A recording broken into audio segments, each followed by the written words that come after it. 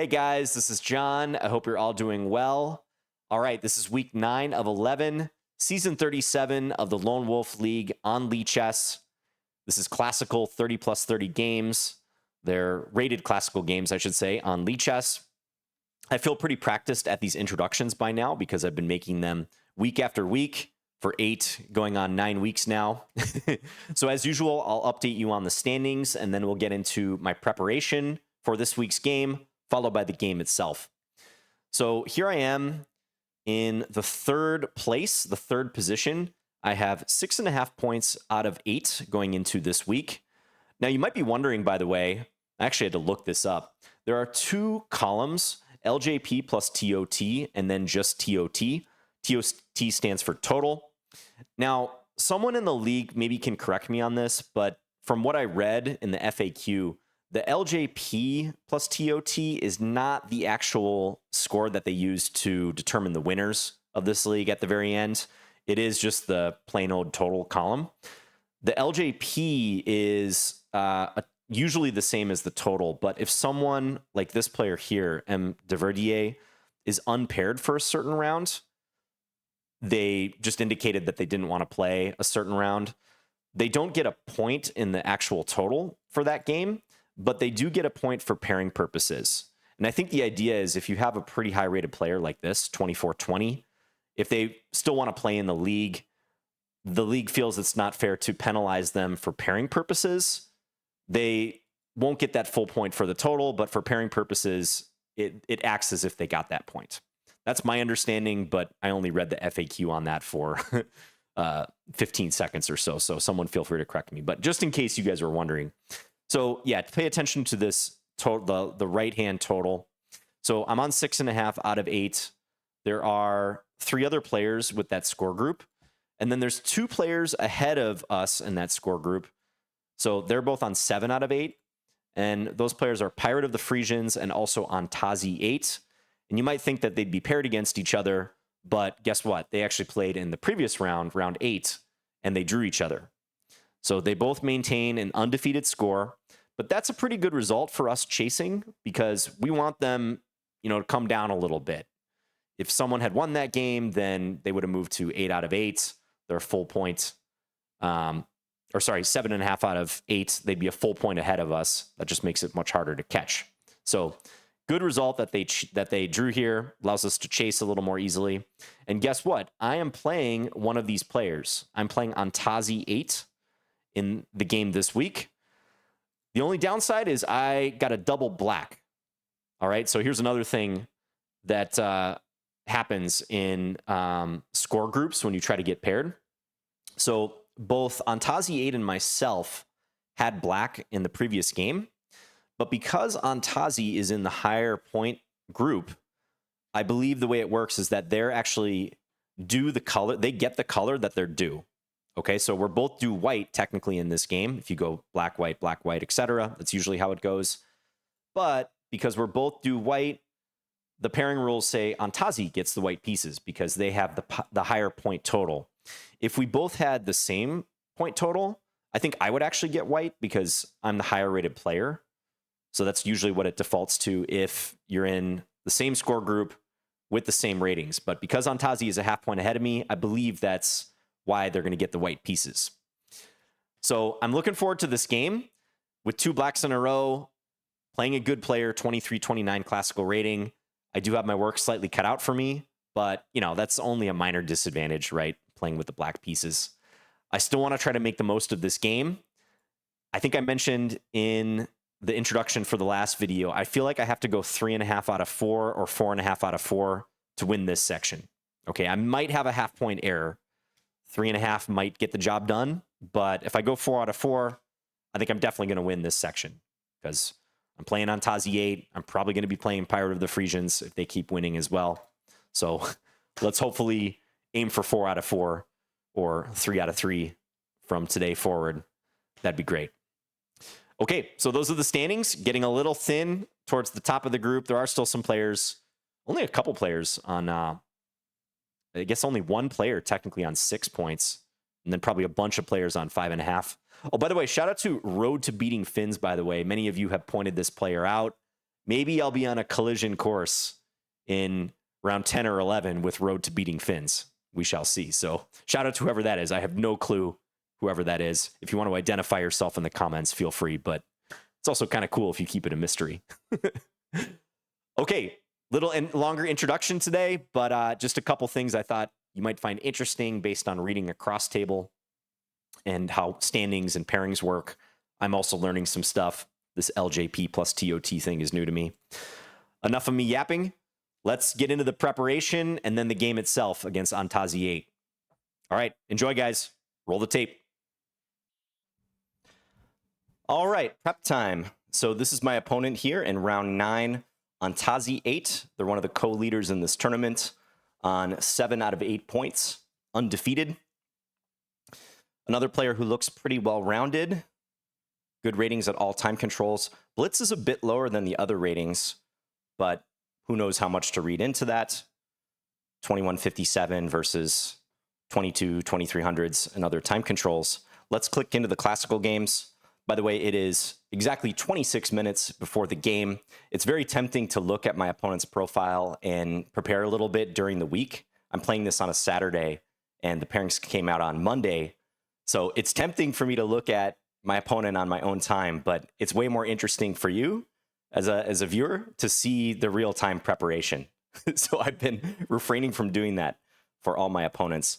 The only thing I've seen is occasionally when I'm looking at the standings, and I'm curious how some of the players do against each other, especially in my score group or above me. I will look at the games sometimes that they played against each other, but it's very cursory.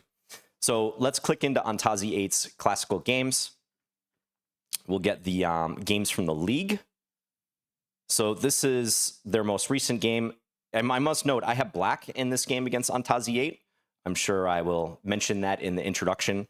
But I am getting the double black, so we need to be prepared for possibly some prep as well. It'd be nice if I had white, but that's not how the pairings go down. So yeah, this is the game Antazi 8 played against Pirate of the Frisians. This player was also tied with Antazi 8 going into this round. I think Pirate of the Frisians actually took a bye in round 9, so they'll get an extra half point. Antazi 8, yeah, played the French defense in this one. I'm not sure how much we can glean from this. It looked like a fairly strategic French where white made an early exchange on f5. I was looking at the time management on this one because Antazi 8 got down pretty significantly in the middle game, which I can relate to on the clock. So spent a lot of time right around here. These last few moves, I think, was pretty clearly feeling uncomfortable. But the game abruptly ended in a draw, which really surprised me. So I think it ended in a draw right here. Pirate of the Frisians offered, and this is a pretty significant advantage to white. So I don't know if Pirate of the Frisians was just okay with the draw in general in this game, but with a fairly big time advantage, 5 minutes versus 30 seconds, and white having a nice strategic grip on the position, especially with this weak A-pawn, I was surprised that this game ended in a draw. But the main thing I'm taking away from this is that potentially Antazi 8 is a little uncomfortable if they don't have a clear plan in the position and they start using lots of time. All right, so that's going to cover most people in chess, myself included, those circumstances leading to a level of discomfort.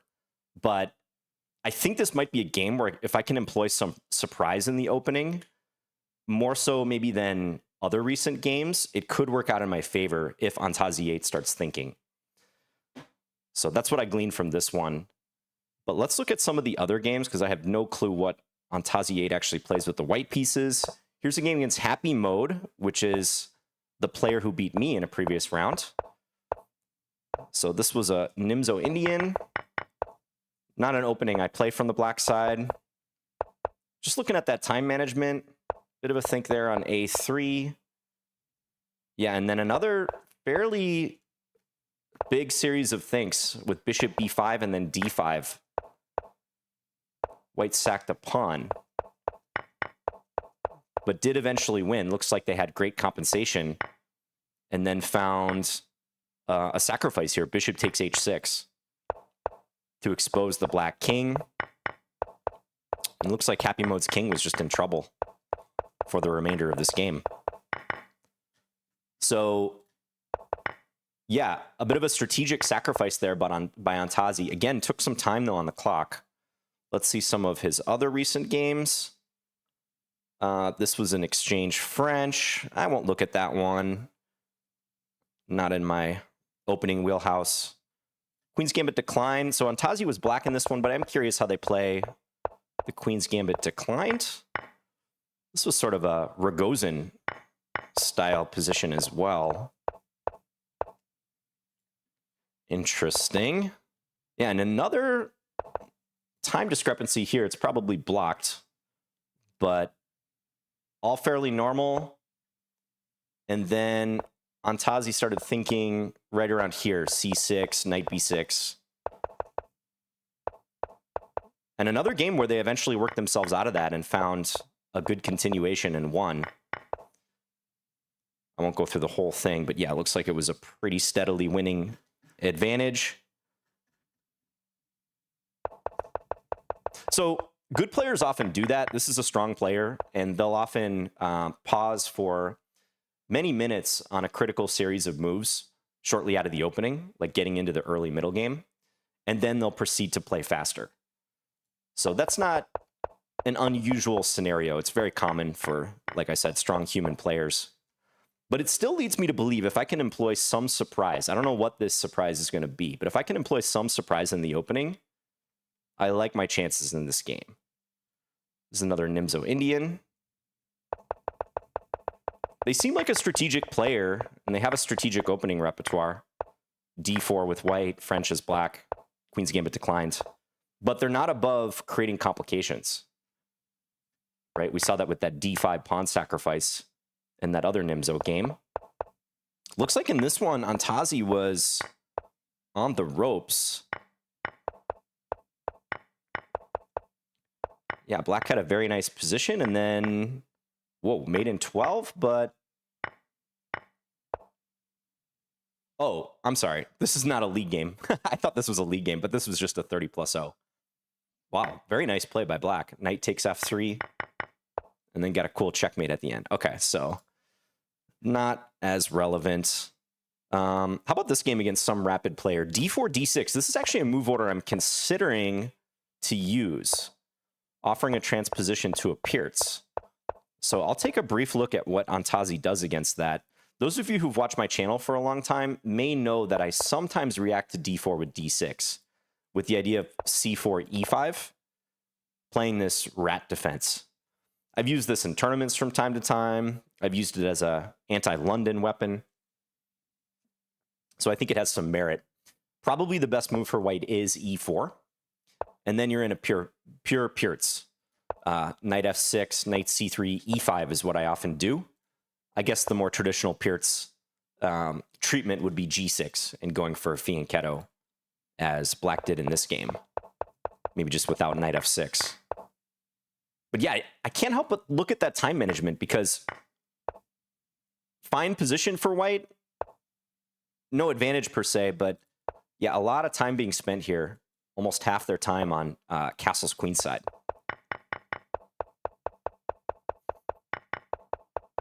In this game, did it end in a draw? Yes, ended in a threefold repetition. Okay. But look at the time discrepancy right at the end, too. So some rapid player agreed to a repetition here. Position is equal, it looks like. But huge time discrepancy. 2 minutes 30 versus 27 minutes for some rapid player. And remember, this is a fairly must-win game for me if I want to keep pace in the league. I'm not going to go all out. I'm not going to play reckless, because a draw wouldn't be a terrible result. But I would very much like to win this game and try to get into pole position or close to it in the remaining 2 rounds, especially when I have the white pieces coming. Okay, so that's another French as black. This is a game against Mennonite. Shout out to Mennonite, viewer of my channel. We played many a game against one another. Another QGD. Transposing into a semi-Slav, actually. Okay, that's interesting. Yeah, I'm thinking of playing something more flexible than this. But again, look at this pattern of time management. So 26-12 down to 16-08 on a fairly inconsequential move, Queen C2. And again, I can see a lot of myself with this sort of long think and then play a standard move. It's a very common issue that people run into. So maybe even in more conventional positions, Antazi is liable to do that. This version of the semi-Slav, I think, is a little passive for black, with the bishop on e7 versus d6. But it's playable. It's definitely playable. Looks like white had an advantage in this one. And eventually won. Okay. So I'm about to drill down a little more closely. Okay, here's a game where Antazi played e4. This was 8 months ago, though, so maybe a previous version of the Lone Wolf League. Yeah, I don't know if I want to get something like this, where it's just a flat-out Peart's-style position where maybe white can drum up a kingside attack. I think I prefer to keep my king safe if I can. But let's drill down a little deeper now. Let's click into Antazi's profile. Yeah, Antazi as white. I expect we're going to see mostly d4. But we just saw a game here, e4, some c4, some knight f3. But let's focus on d4. So I'm mainly a d5 player. And looks like they almost always play Queen's Gambit. A lot of games in Queen's Gambit. c6. Some exchange Slav, which would be a bummer. I think that would be something I wouldn't like in a game like this, because it's just hard to play for a win from the exchange Slav. You have to be very, very patient. And if I want to attempt to get my opponent in time pressure, I'm thinking of a different battleground maybe. So this is a semi-Slav. I could play this. This is what I was looking at with the Mennonite game. I think Mennonite played bishop e7 here. But knight bd7 is more standard.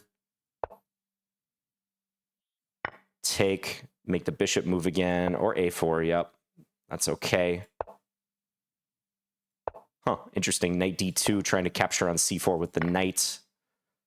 Yeah, I don't know. I'm just not feeling maybe playing a Slav. And what if e6? So e6, knight c3, knight f6, c takes d5. I don't play Queen's Gambit Decline too much, but just looking at the move orders that they employ, e3, very consistent with this QGD exchange. Yeah, I can relate to that. Okay. What about QGA? D takes c4. This is an underrated opening, I feel. Just click into a few games. I don't know that I'll seriously consider playing something like this, but it's a thought. It's definitely a thought for me in the future, this Queen's Gambit accepted, because I do feel it's underrated, and I've struggled against it with the white pieces. Yeah, pretty solid by white. Playing to get the pawn back. And not playing the most ambitious move usually, which is e4 on move 3. Yeah, I do this sort of thing too. Yeah, I think Antazi, definitely like a very classically minded, solid player. Okay, so let's look a little more aggressive. So if knight f6, I mentioned that I play the Benko Gambit. And I don't think I've got a Benko Gambit in the league. I had that game against When Rooks Fly, which was more of a Schmid-Benoni, where white played knight c3 in front of the c-pawn. But I'm a bit curious what they do against the Benko Gambit. Several different moves. Let's click into a recent game. This is from a month ago against Past Knight. This might have been a league game. This is something I could play. Queen c2. I think I've usually taken on c4 here. But there's many moves black can play. b4, also possible.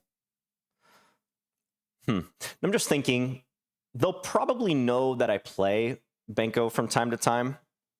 And I've talked about it in some of my prep. So I have mixed feelings about the Benko. I do think it was a better weapon 10, 15, 20 years ago than it is now. Yeah, e3 is very solid. I actually recommend this from the white side in my d4 repertoire on Chessable.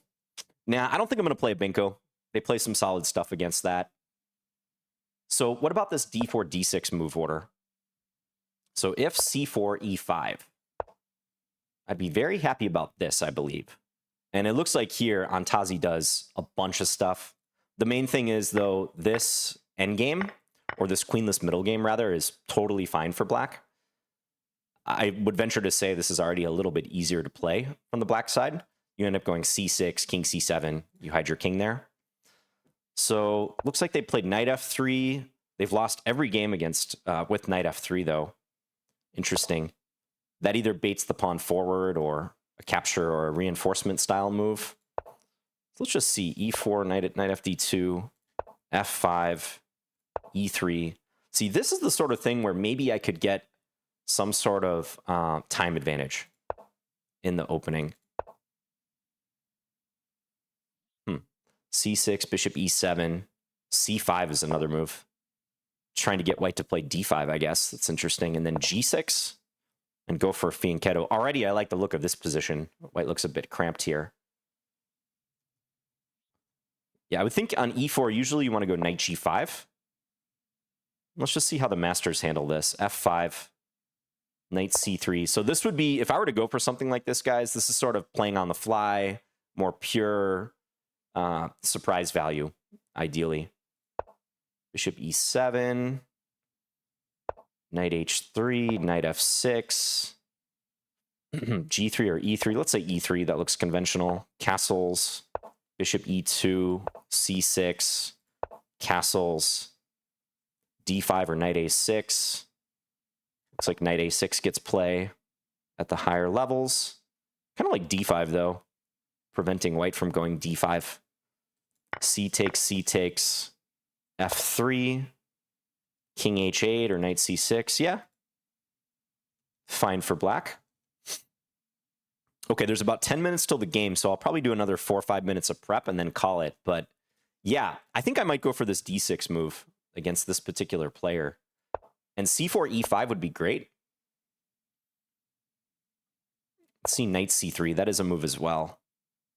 I could go for some sort of old Indian Hanham Philidor type thing with knight d7. I have played this way on occasion. Knight d7, knight f6, bishop e7, castles, bunker up, and then try to later outplay the opponent. So here's a game where Antazi faced that sort of approach. Went for g3.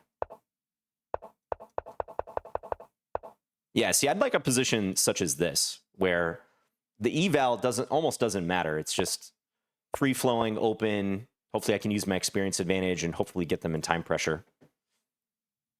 It might be because I faced a lot of preparation last week that I'm biasing towards doing something somewhat unexpected. But also it's the tournament circumstances, having the double blacks. Yeah, I somehow don't think Antazi will play c4. Knight f3 is another legit move. That stops e5. So let's say knight f6, c4. Yeah, let's say knight bd7 here, because I usually don't play King's Indian style stuff. So let's say knight bd7, knight c3, e5. Antazi has a few games from here. Seems to like this kingside fianchetto. Let's see what the engine says about that. c6, bishop e7, e takes d4. Yeah, I'd probably want to keep the tension a little more in a situation like this. So if g6, this is more King's Indian style. I don't know, castles. Let's say e4. I think there's quite a bit of theory in a position like this. Yeah, thousands of master games. If I was Daniel Naroditsky, I might go for this. I would definitely consider going for something like this, but I think I'd like to keep the non-King's Indian flavor if I could. So what if bishop e7, bishop g2, castles, c6? Because this invites e4 as well, but you have a bit more license to maneuver, and I think in a position like this. So maybe I'll just look very quickly at a few model games from here. a6, thinking about b5 type stuff. And I think if a4, often black goes a5 and controls this b4 square. No, if I play an opening like this, you wouldn't be surprised if white does have an edge according to the engine. Lots of games from this position. That edge is kind of typical for this opening. Yeah, the bishop looks a little passive here, but eventually you go rook e8, bishop f8. I'm trying to adopt maybe a hedgehog style position where Antazi starts thinking a lot in the opening or into the middle game. So let's just see how black handled this game. I have a couple books on this opening, by the way. A couple books have advocated this sort of repertoire. And there's not enough time for concrete stuff, so I think it's a better use of my time just to look at some broad brushstrokes from a position like this. So a6, b5. Yeah, because even thinking about all the pawn tension and how to resolve that is time-consuming for white. What if takes, and then d5 maybe?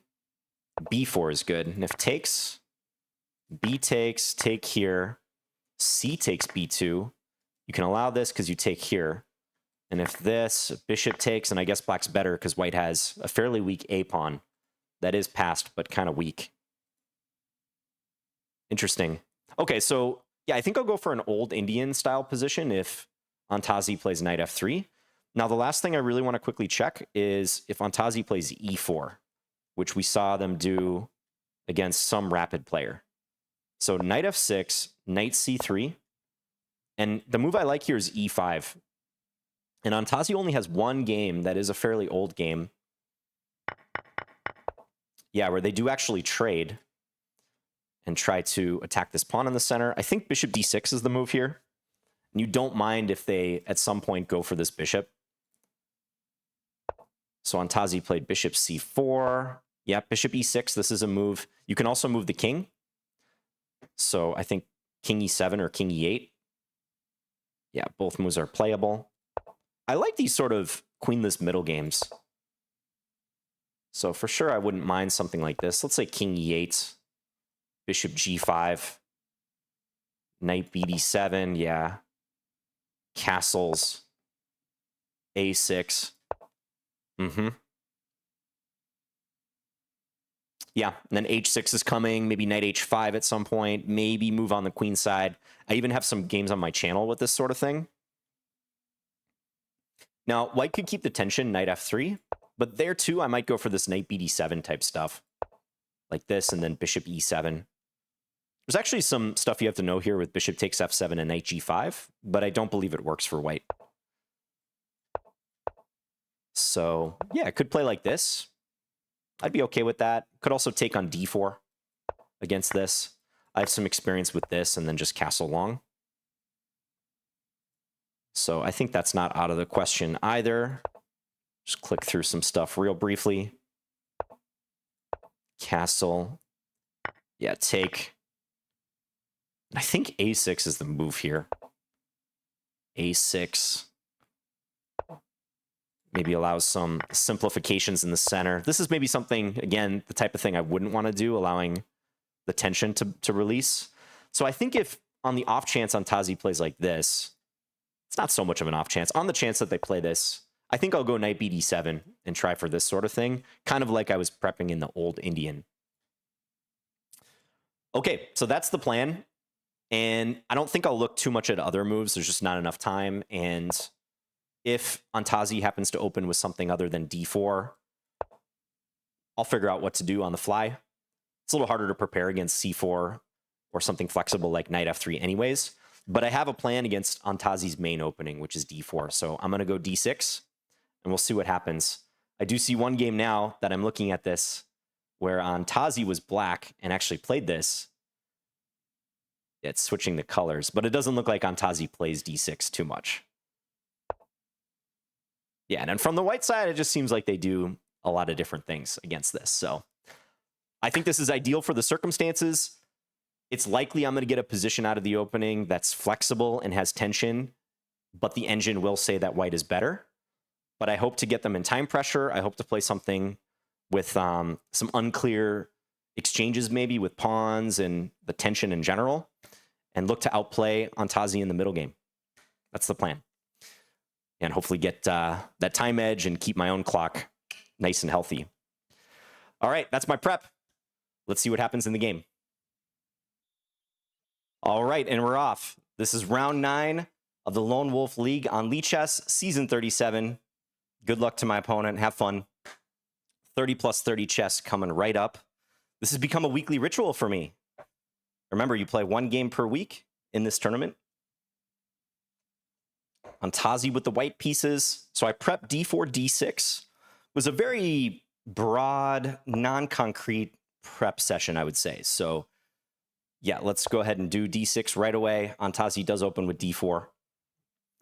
And we'll see if they get to thinking right away or if this is not necessarily a surprise. I mean, I probably played d6, just thinking percentage-wise against d4, maybe 5 to 10% of the time against d4. So it is something that they might have looked at, just had a cursory glance. But I wouldn't be shocked if they didn't think I would play d4, because I do play d4, d5 very, very often, and then occasionally knight f6 on move 1.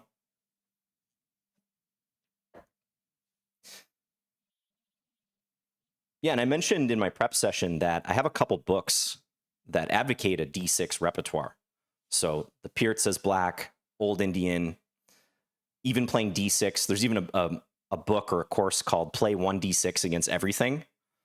And it does literally recommend replying to almost any major move that white can throw at you, e4, d4, c4, knight f3 with d6. And it gives an entire repertoire based on that.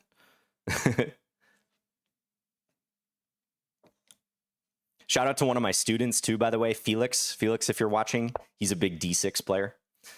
Okay, so this invites the English rat, which is e5. I'm going to play that. It's kind of a funny opening because you would think after the trade of pawns and then the trade of queens that white should be somewhat better, right? Having forced black's queen to move. But there's something about these positions with black already having established a pawn on e5 and white having played c4 that actually make it fairly comfortable for black. And I think it's mainly that control of the d4 square. White's pawn being on c4 tends not to be that useful in that queenless middle game. So they sometimes wish it could go back to c2, actually. Create some potential dark score weaknesses in their camp. So if I were to guess, I don't think Antazi is going to take on e5 and want to play this queenless middle game. I would guess they're going to play knight f3 if I had to choose. Maybe they'll go knight c3. I think one of these two moves, because they might not play knight f3 if they're worried about some preparation after e4. And I did look at a few things there. So yeah, I think I've changed my mind. I think they're going to play knight c3, which invites a trade on d4. But if black does that and plays knight c6, white can play the queen back to d2, which looks awkward. But the point is you can play b3 and bishop b2 to develop the dark square bishop. And the queen might actually be okay on the d2 square. So assuming white does something like that, I think I might go for this knight d7, knight f6, bishop e7, old Indian style setup that I was talking about. Thanks everyone for watching. Once again, I really appreciate the support week after week. Little drink check. I have my remnants of my Starbucks dark roast coffee. I don't know why I'm showing you guys this, like, verification of drink. I got my famous Starbucks with the dark roast. And I also have my lemon ginger tea heated up in the microwave. Sorry for the British viewers out there. I don't have a kettle. Yes, I'm an American savage, I admit. I also don't have a lot of time. You know, my prep session ended a little close for comfort to the starting time. So I had to throw, you know, the mug in the microwave for a minute. I'm sorry. No, I don't apologize. I'm not sorry. But I got the lemon ginger tea still with the tea bag in it. This will probably be cold by the time I get around to it. And then I've got the water, of course. So I usually work my way through the coffee first, then into the tea, and then I get to the water in the end game. So we'll see what happens. All right, Antazi thinking a lot. This is promising. I would have thought maybe they would think more with c4 on move 2. But so far, this is exactly the outcome I was looking for in the opening. I mean, if I had played d4, d5, gone for a Slav, semi-Slav, there's no way Antazi would be thinking already multiple minutes on move 3.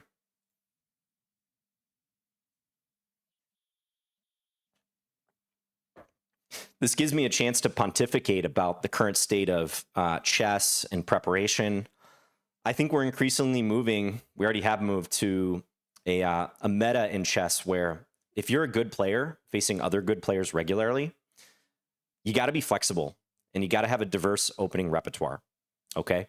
You got to have, I'd say with black, at least 2 major defenses that you can play against both e4 and d4, and ideally something like 3 or 4 if you're really ambitious.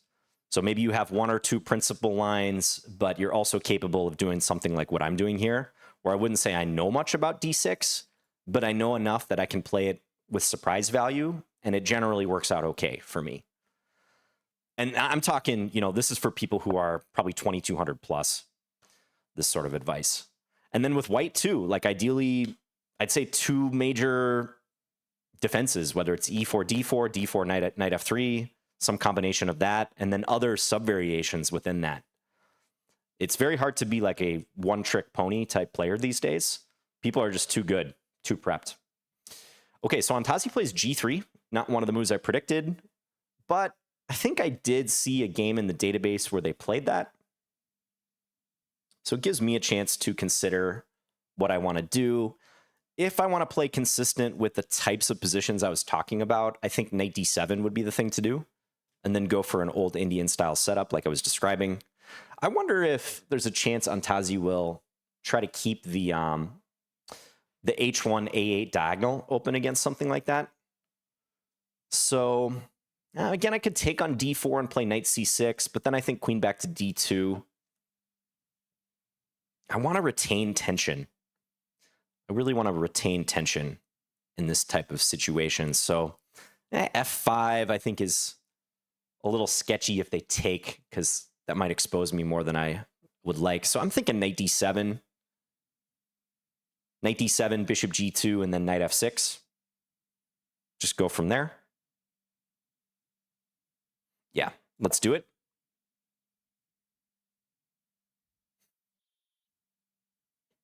And we could be headed for one of these middle games similar to what I described in the prep, where the engine's ostensibly going to say that white is better. White has more space, but there's a lot of uncertainty. There's a lot of tension in the position. There's many ways the position could open up, and hopefully in my favor sooner or later. I think there was that one game Antazi had where they went for an early g3 without knight f3, and their opponent played h5, trying to get in h4. So that does come to mind too. Like if Antazi just continues as planned with bishop g2, maybe I could throw in h5. I did that in another league game pretty early in the season. I think game 2 maybe, where I played an early h5 against a Fianchetto. But I don't know that it's that appropriate here. Moreover, if I pause to play it, it's going to reveal that I'm, outside of my prep and just kind of winging it, which might give Antazi some confidence. So I think knight f6. Just thinking briefly, if Antazi goes for some e3 based setup, how I want to handle that. And I think I'm going to have good chances in the middle game. I can always play c6 at some point if I want to block this bishop. So yeah, let's just develop knight f6.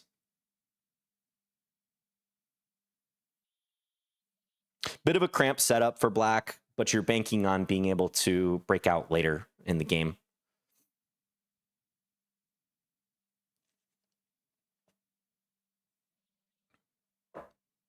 Looks like we have a fair amount of viewers in this one. 17 viewers currently in this game, watching real time. I'm not sure if someone is streaming this game. I actually haven't checked the Slack channel for the league in a few days, but I imagine there might be 1 or 2 people streaming. So shout out to them, whoever they are.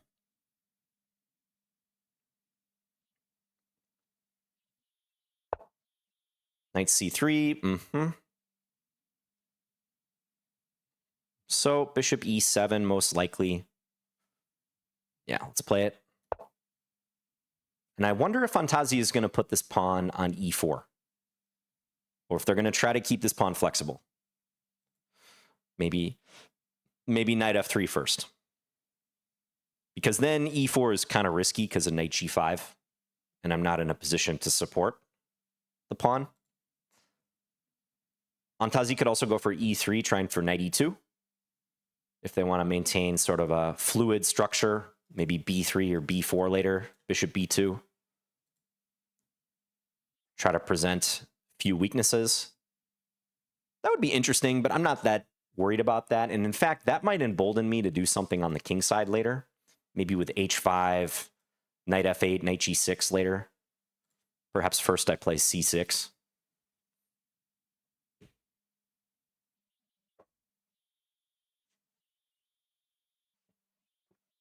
There's definitely a certain type of online player who really likes this setup that I'm playing, by the way. I'm sure if you guys have played Blitz or Bullet, you've encountered these types of players who they kind of turtle up in this little formation, and then they play c6, queen c7, and maybe they're pre-moving d takes e5 at all times. There's some players who do this very, very effectively. Okay, and knight f3 is played. So withholding any decision on e4. So this is where I could castle, but also c6 kind of comes to mind, because if I play c6, I feel like I'm almost threatening e4 at that point. Feels like it's very close to being threatened. So maybe I play c6 and justify it with the sentiment being that I'm probably going to play c6 no matter what at some point soon. So maybe I just do it now. Castling certainly flexible as well. Maybe knight h4, knight f5 is something I have to mildly watch out for.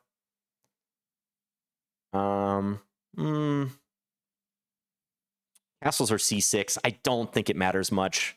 That's one benefit of this type of opening. You probably shouldn't sweat too many of these small differences if you don't have to. Let's just castle. I'll castle. I don't want to spend another 2 minutes thinking about whether c6 matters or not. And I'm going to go out on a huge limb here and say Antazi's going to castle as well. And I think at that point I will play c6, which is a move that makes a huge amount of sense, just to block this bishop on the long diagonal that white has established it on, prepare queen c7 in a lot of cases, better control d5 and b5. Yeah, just a hyper flexible move. We might get a position from my prep. So let's say castles c6, e4. That's the scenario where a lot of players were playing a6 as black. So I think that's, in fact, pretty likely, because I would somehow doubt that Antazi continues trying to play this without pawn to e4. So let's play c6 now. Because the longer white tries to delay e4, the more likely it is that I can play e4 and then work up to d5 and support that pawn. So does white want to do that? They probably just don't want to think about it. They just end up taking the center, which does block their light square bishop a bit, by the way. But that's not the end of the world for white in terms of the effectiveness of this piece on the diagonal. White hopes that they can build up to some scenario later where maybe an e5 break comes after the tension has been lifted.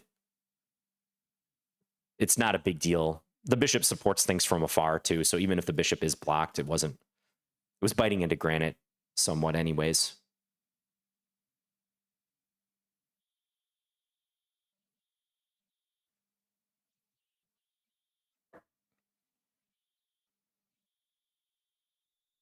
Okay, so nice little time edge here.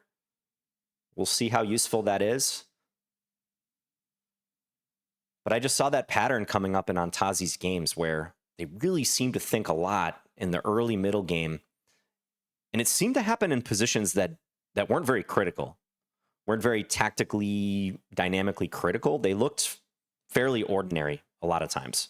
I'm sure some of them were sharp. Some of them had issues or things to think about under the surface. But I think that one game where Antazi spent a really long time playing queen c2 in that semi-Slav game just suggested to me that, or further reinforced to me, because I already kind of had a read on them, but further reinforced that I should play some flexible position and let Antazi think.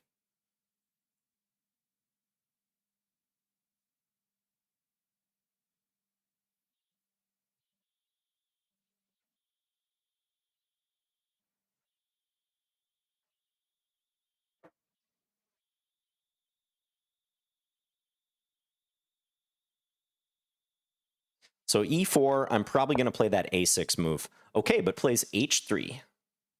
Antazi goes h3. Very interesting.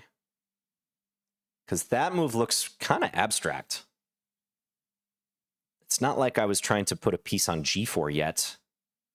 So why is Antazi trying to bait me into playing e4? Is the idea knight h4? Because that would seem obvious, right? Knight h4 attacks the pawn on e4, tries to get the knight into f5. It could be. It very well could be. But I see potential ways knight h4 could backfire on white. So let's say e4, knight h4. For one thing, is white really threatening to take on e4 at that point? Let's say knight takes e4, because if we just give them another move, I could trade knights and then take on h4. And I think after a trade, I'm liking what I'm cooking up here on the queen side. Because I'd win the pawn back, the bishop on e4, the pawn on h3 would be under attack, knight f6 is flowing pretty naturally. So I don't know that I'd want to tempt that if I were white. And playing h3, g3 potentially weakens the king side.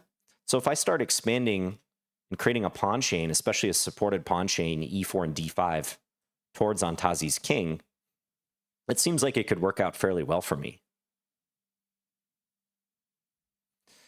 And on e4, knight d2, or knight g5, I can just easily play this d5 move for support. Moreover, knight g5, white doesn't have knight h3 available anymore. So I think on e4, I mean, maybe white will play knight e1, but really the only move I'm concerned about is knight h4. And I would bet that that's what Antazi is banking on, trying to create some dual problems like knight takes e4 and also knight f5. But one thing I was thinking is maybe just g6 against that. So e4, knight h4, g6, stop knight f5. And again, if white were to take on e4, I guess we'd have to look at the bishop takes permutation. I just feel like in the end I have good play. My dark squares are a little weak. The other thing is on e4, knight h4, maybe just knight b6 makes a lot of sense. Hit the pawn on c4 and unveil my bishop to guard f5. I could see that being good. I could also see that leading to simplifications, but not ones that should bother me. There's also e4, knight h4, d5. Just invite knight f5 and then maybe play bishop to c3. That looks interesting too. So I feel like I might have enough to play e4 as is. The alternative is just to continue solidly. Queen c7. I don't know if I'd play a6 with the bishop having an unobstructed diagonal here. But e4 looks really good.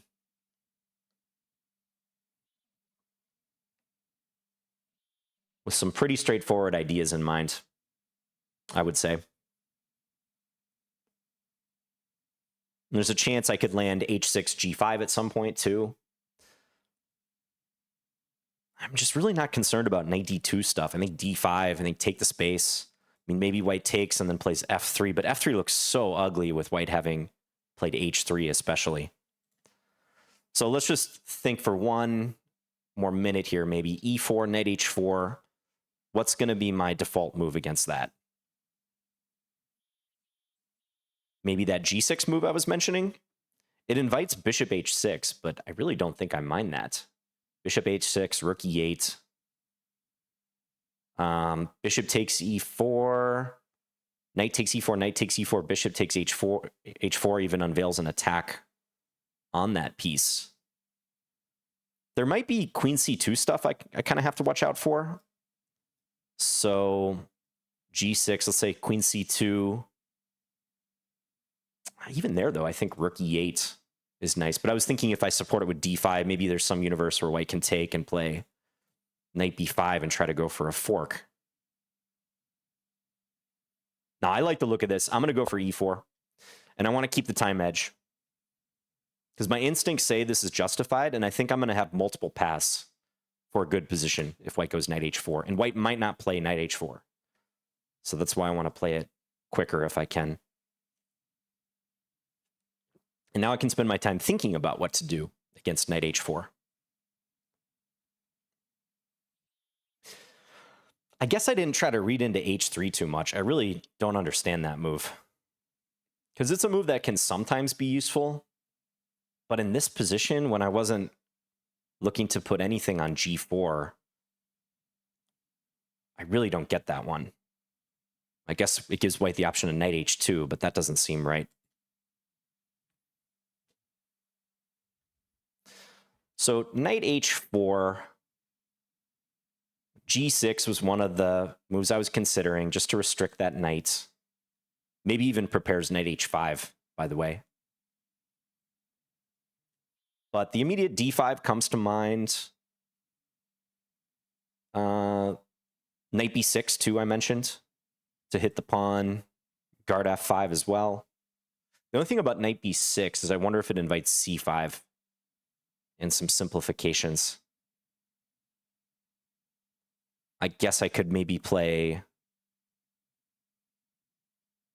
I don't know. I was thinking maybe d takes c5, d takes c5, knight back to d7. Because if I play bishop takes c5, I think then white can take. Although at the very end, I can take that pawn on h3 too. That's a nice aspect of that move, actually. If I move the knight. So maybe knight h4, knight b6. And then if something like b3, just staying solid. Maybe rook e8. I feel like I might need that g6 move, though, at some point. Just to conclusively rule out knight f5. And in some ways prepare knight h5 for me. Slightly weakens the dark squares, though, so that's why I'm not quite sure about that one. But I think after knight h4, I'm considering g6 as the default. I'm going to take that as the default move for now. And then let's say queen c2. Do I play rook e8 maybe against that one? Rook e8, let's say bishop takes e4, bishop takes e4, knight takes e4, bishop takes h4, pawn takes h4. Then if queen takes h4, there's knight takes d6. Could play queen takes h3 then, and if they take my rook, I have a perpetual. Looks scary for white, but I probably don't have anything more than a perpetual there.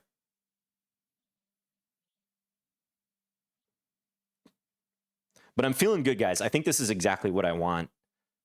I'm not sure about knight h4, what I'm going to play against that, but the pattern of time usage by this player suggests that I should just go for something if it looks unclear, and within reason, at least. Yeah, Nantazi plays knight e1, which I really didn't consider too much. I mentioned, and kind of makes sense, I think, for maybe the types of positions I've seen them play, but it looks passive. It definitely looks passive.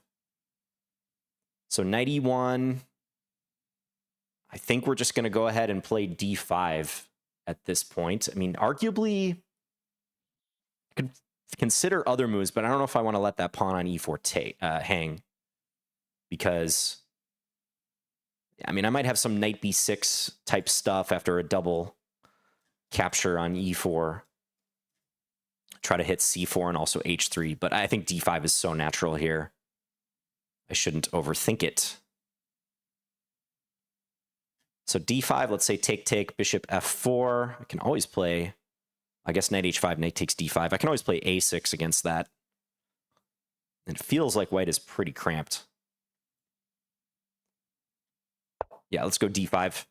Connect the pawns in the center. This is the type of thing the engine likes to do, I've noticed, in these flanky type openings, where white is refusing to occupy the center to a large degree with all their pawns, let's say. The engine always seems to want to push into the opponent's part of the board and support an established pawn in enemy territory.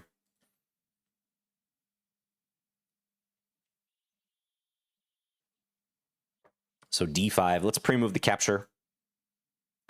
Maybe white will think about playing c5 and trying to expand. But that looks perhaps a little premature. I think I can play b6 and start undermining that pawn.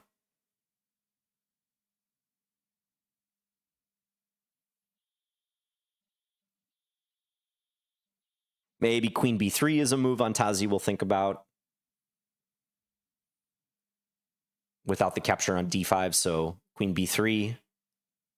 But then I could maybe play knight b6 if I want to try to force Antazi to some decision with the c-pawn. That looks pretty good. What else? Maybe rook e8, knight f8. Start trying to swing this knight towards the king side.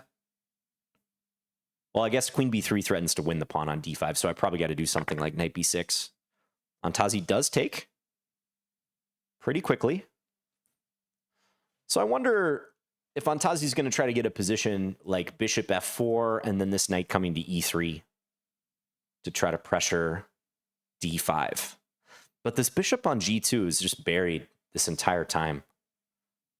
It's hard to see how that piece is going to be relevant in the short term. So queen b3. So this kind of suggests to me that Antazi was thinking about this scheme of development a few moves back. And maybe that explains some of the time usage.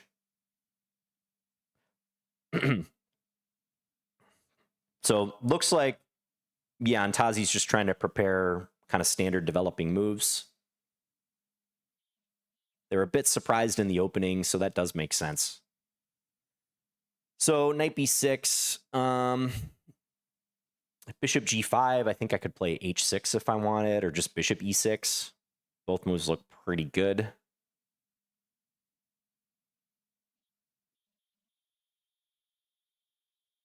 I don't think I'll play anything other than knight b6 here, because knight takes d5 is a threat. I guess there's maybe queen a5, but that doesn't quite look right. So yeah, let's go knight b6. And we'll see if Antazi develops the dark square bishop or maybe tries to play flexibly with the knight.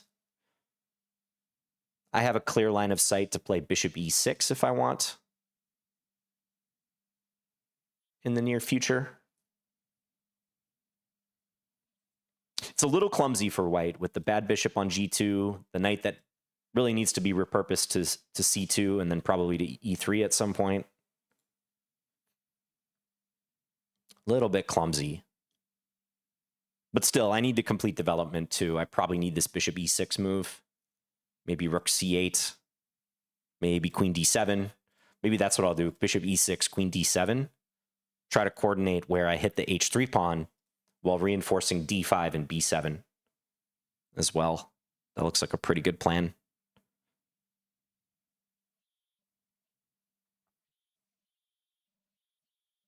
I think ideally for Antazi, they want to play bishop g5 and then knight c2, knight e3. So if I could do something in the short term to thwart that or frustrate that plan, it looks nice. Let's say bishop g5, bishop e6, knight c2, queen d7, hits the pawn on h3, but I wonder if white can play knight c2 and try to ignore that and say, you can go ahead and take this pawn, but at the end of the sequence, I'm going to take your knight on f6 and then take on d5. There's the pawn on d4 that's loose, and it looks scary to have my queen lingering close to their king, but I could see them considering something like that.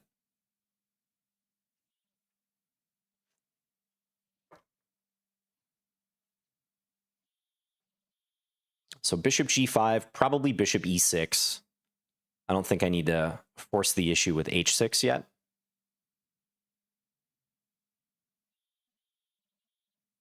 Bishop g5, bishop e6, knight c2, queen d7, knight e3. A nice option against that whole plan is just rook f d8 at that point.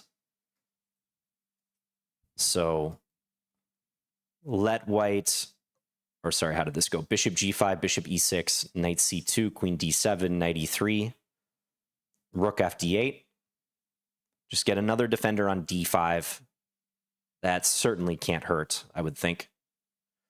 Thing is, they could still take on d5 eventually, because they're going to have 3 attackers to my 2 if my queen lands on h3. But it's a good building move in the short term, I feel. Also, maybe works up to h6 if I want to try to prepare that move.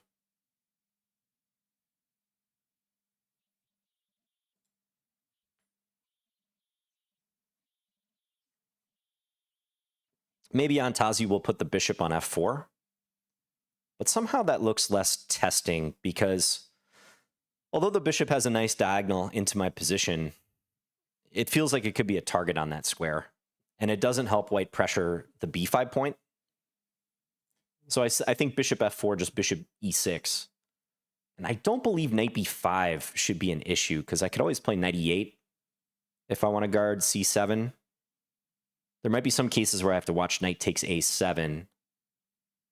But I just don't foresee that working out so well for white. So I would think either bishop g5 or maybe start with bishop, knight c2. Maybe white will play f3.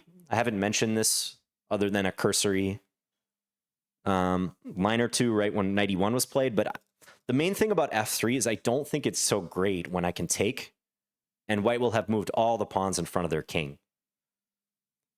Right? Just in the case that they take with a bishop, let's say, I can win this pawn on h3 with tempo against their rook. And do they really want to take with the knight? I mean, maybe, but g3 and h3 look awfully soft, g3 especially. And their e pawn is backward. My d pawn does become isolated in a line like that, but I think the trade-off is well worth it for me to make this swap on f3.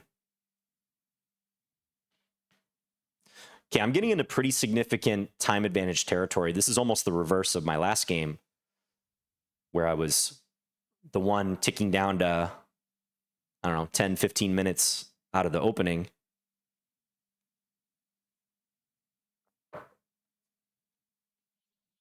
So more of the same to me. Just continue developing, trying to maintain tension, trying to force white to some difficult decisions, if at all possible. That's the name of the game.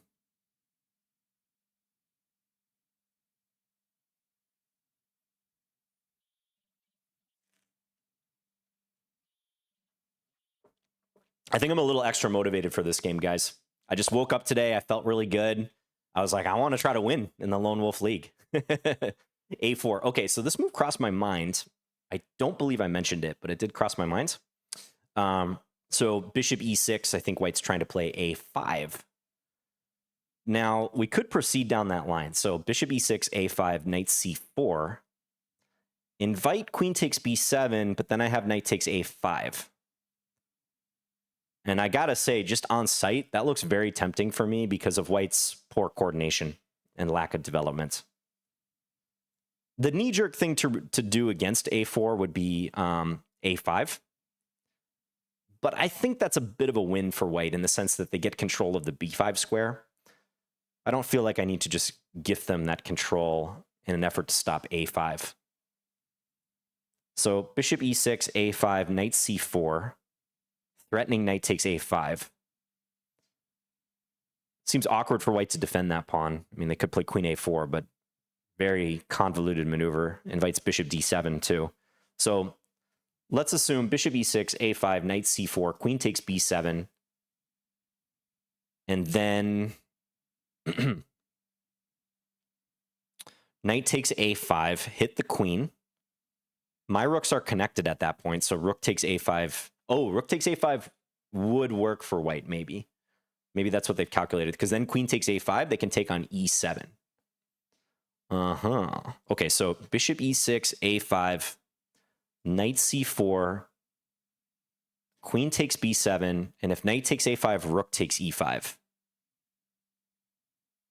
Rook takes e5, rook takes a5, queen takes a5, queen takes e7. And I don't think I can trap their queen in that circumstance. Their position still looks underdeveloped, but that is two minor pieces for the rook. Now, I'm not going to conclusively rule out this line, but I believe that is what Antazi is up to. Bishop e6, a5, knight c4, queen takes b7. Now, is there anything I could do to maybe trap the queen in this circumstance? I mean, rook b8, queen takes a7. And I guess I could perpetual their queen. Yeah, I do have that option, don't I? If I want to force a draw, but I'm not interested in that. I feel like I'm better at this point.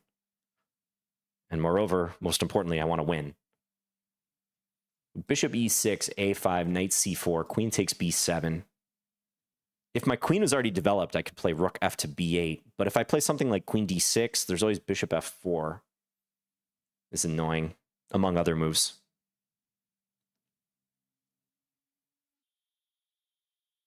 So rook b8, queen takes a7. So really no way to trap the queen there.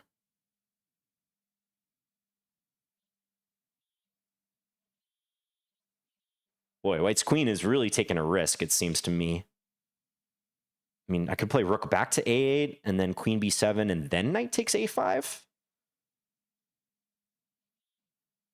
And then they would have to play queen b5. Then do I have bishop d7, and the queen is trapped? Ooh. Okay, I don't want to spend too much time on this, but that looks very interesting. Bishop e6, a5, knight c4, queen takes b7, rook b8, rook b8. There's complications, though. White doesn't have to play queen takes a7 there. White could play queen a6, maybe. Queen a6. Refrain from taking the pawn on a7, excuse me, and try to defend the pawn on a5.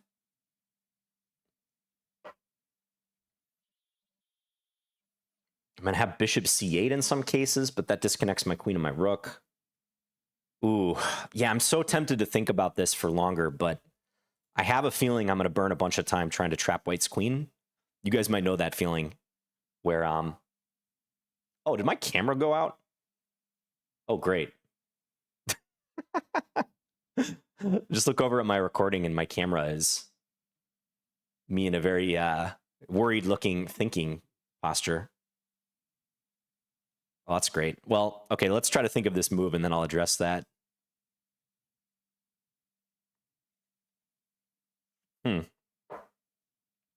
I just looked up on my camera and there was no red dot indicating that it's recording. But my audio is still good. That's great. All right.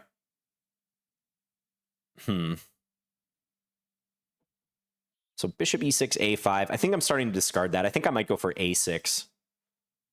Pawn to a6. And the thing with pawn to a6 that I just have to be clear on, so if I go a6, invite a5, then jump into c4,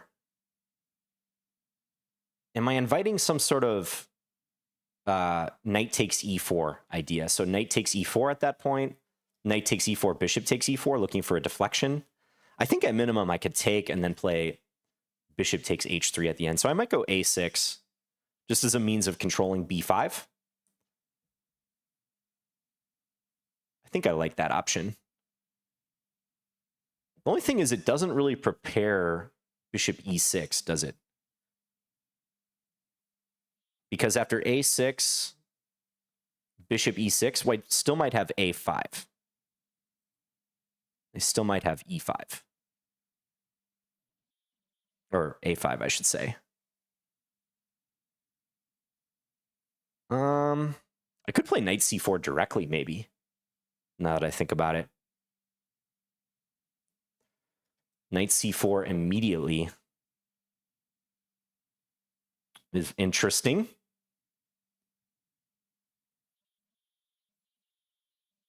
Establish the knight on a good square, because I don't think those captures on e4 work, nor does it capture on d5.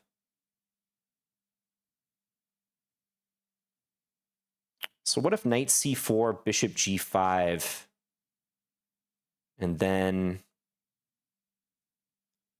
bishop e6 at that point? Still invites queen takes b7, but then knight a5. I feel like white's queen is in some trouble there.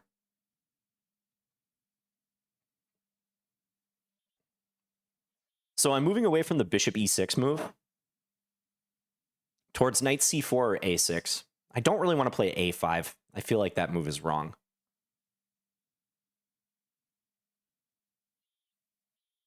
So I'm liking the looks of the a6 type stuff, maybe after knight c4. Knight c4 and then a6.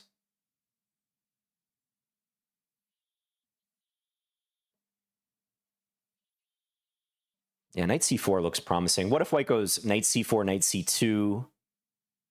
Maybe I have to calculate bishop e6 still then.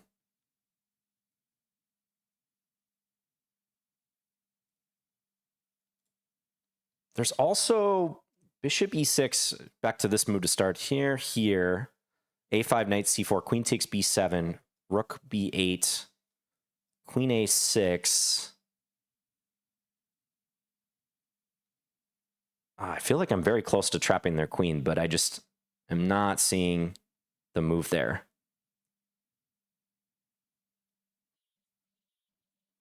Well, and we know I want to preserve this time edge, so let's go knight c4. I think this move makes a lot of sense. It kind of front runs white playing a5, and I probably do want to jump my knight in here at some point. Okay, I'm going to get rid of the webcam, or first I can try reloading it, actually. It's just it usually doesn't work if I reload it.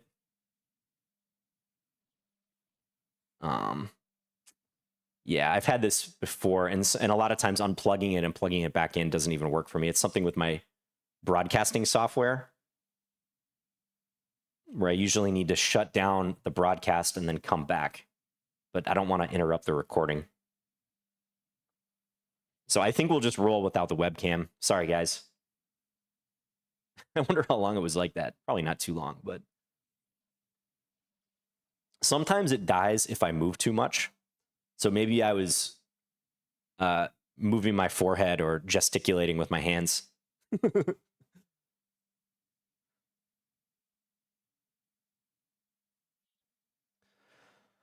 So knight c4. Yeah, and you got to look at tactics on white capturing on e4 or d5, but neither seems to work. If knight takes d5, I just take with the queen and the knight is defended. Knight takes e4, I think, just flat out loses, because let's say knight takes e4, bishop takes e4.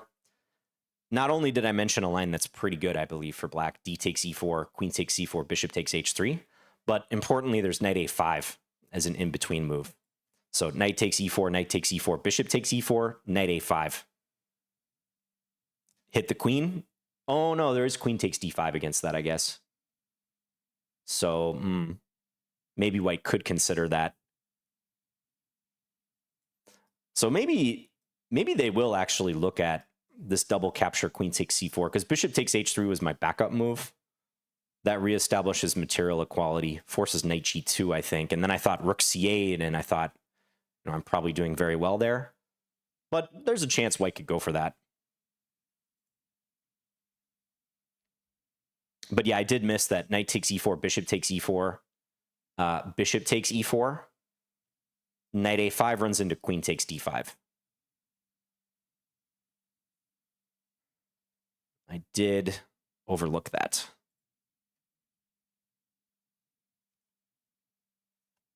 Yeah, I'll be really curious what the computer likes here on move 12, if not knight c4. Maybe a6. I think a6 was a pretty reasonable move too. But I do wonder if bishop e6, a5, knight c4 worked somehow. I think white was banking on queen takes b7, but couldn't quite crack that line.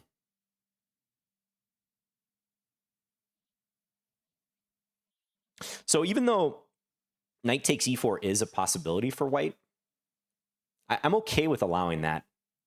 If Antazi wants to spend another couple minutes thinking about the ramifications of this big trade, bishop takes h3, knight g2, I think I'm relatively okay with that. Rook c8, maybe queen b5. Queen takes d4 with queen takes b7 somehow at the end. I mean, it looks potentially playable for white. They're going to try to go bishop e3 and then coordinate.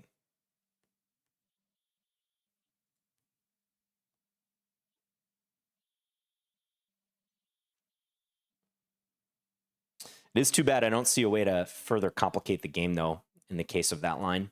Knight takes e4, knight takes e4, bishop takes e4. I think I have to go for d takes e4.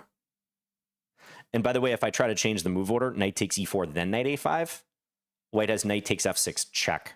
Very important. In between move. So that won't work.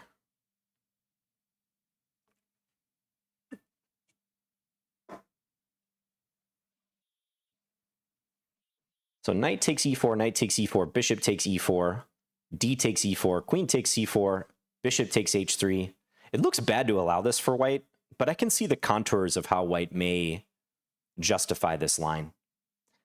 Because it actually helps them coordinate quite a bit if they're okay with losing the d pawn. If they're okay with punting that d pawn, I think they might consider going for this.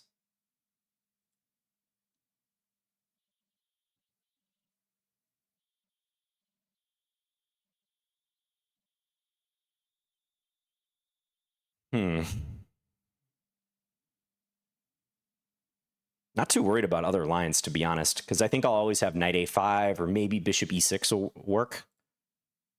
But now that I miscalculated this and don't have knight a5, I'm sort of shoehorned into the line with bishop takes h3 at the end. But if white assesses that as okay after knight g2, I mean, it's unclear. I would call it unclear.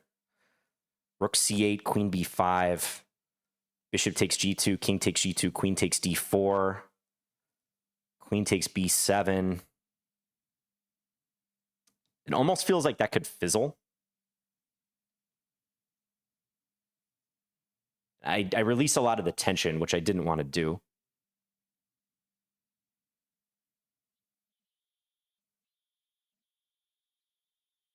But Antasia is still thinking.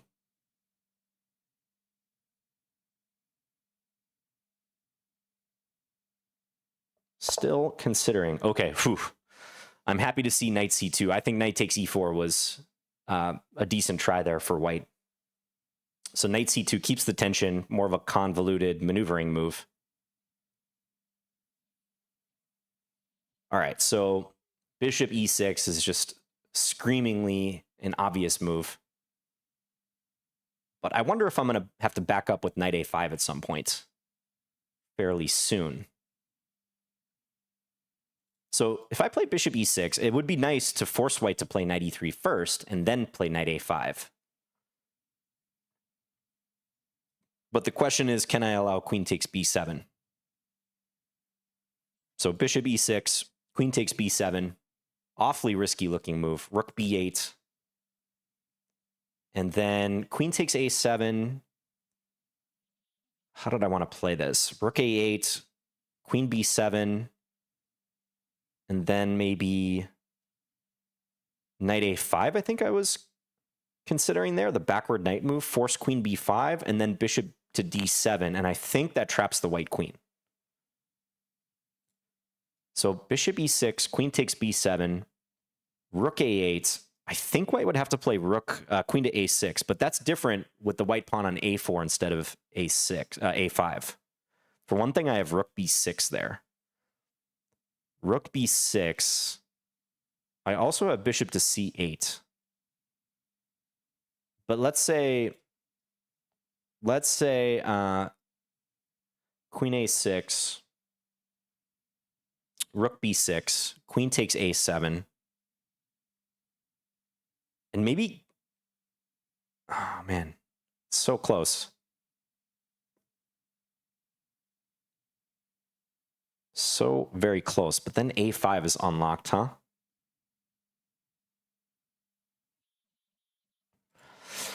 Bishop e6, queen takes b7.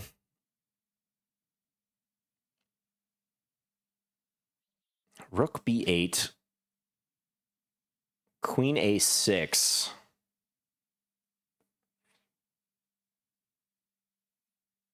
It's maddening trying to trap those queens, guys.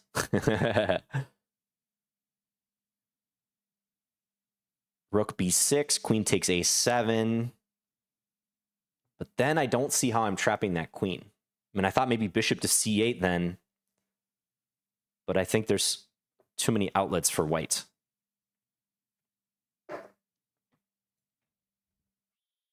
So bishop e6 is certainly an obvious move, but I don't know if I'll be able to play it. I might have to play b6 first,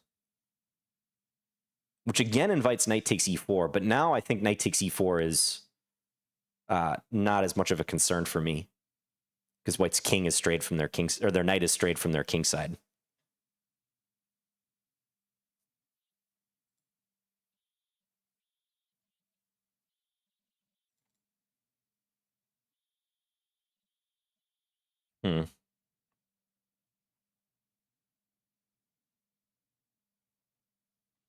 So should I just play b6?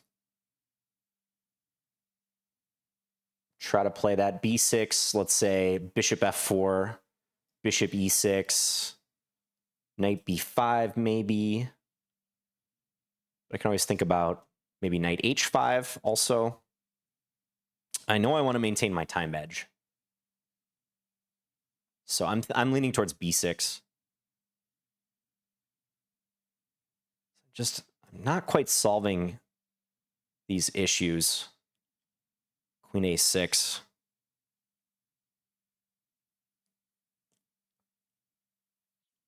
Yeah, let's play b6. Double check if there's anything with knight takes d5. I don't think anything has changed here. So now let's do it. Somewhat weakens me on this long diagonal, by the way, but I don't see white being able to exploit that anytime soon. And I want to maintain this 5-minute-ish edge.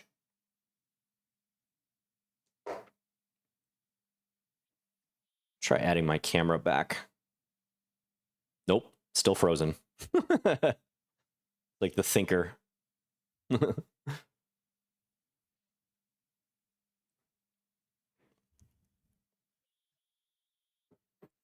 right, I'm on to my tea, which is indeed pretty lukewarm at this point. Dare I say cold? Pretty room temperature, actually.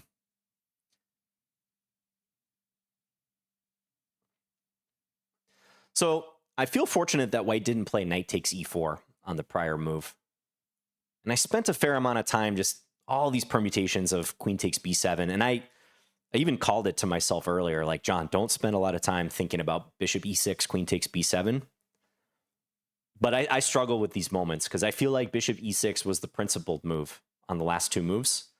And I feel like there was one element of the position I still needed to solve and that I could solve. But if you keep running into obstacles, at some point, you just got to cut. You know, you got to cut that line out and move on to something else. So now playing b6, at least definitively, I don't have to worry about this stuff. All right, so if white plays knight e3, I think I'm going to play knight a5, paradoxically. I want to avoid trades while white is cramped. Force the queen to move, and then maybe quickly go bishop e6, queen d7. And yeah, white might play b4 somewhere, but maybe I could recycle the knight into the game via b7. I think it's worth it to keep them bottled up with their knight and dark square bishop.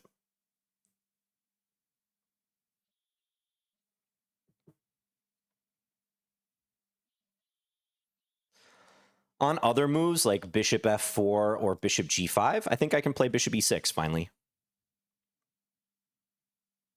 And that's a great reinforcement move on both d5 and c4. I think I mentioned bishop f4, bishop e6, knight b5 as well. That certainly comes to mind to look for knight to c7. But knight h5 looks interesting to me against that plan. Knight h5, I guess it does invite knight c7, but then knight takes f4, and if they take on a8, I have knight takes e2 in between move. So I don't think I calculated that originally, but bishop f4, knight b5 feels a little artificial. Feels like it's a idea that shouldn't tactically be supported quite yet for white.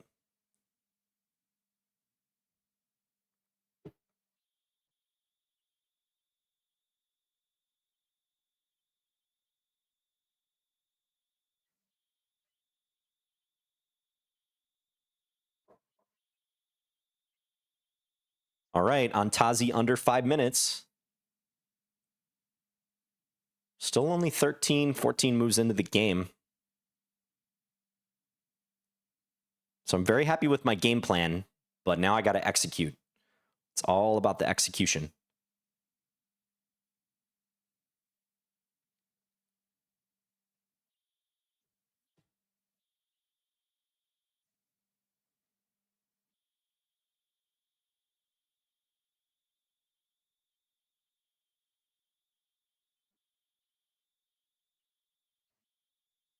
Yeah, I think Antazi just has to play knight e3 or move the bishop, bishop f4, bishop g5. I don't think I would be considering too many other moves here if I were white.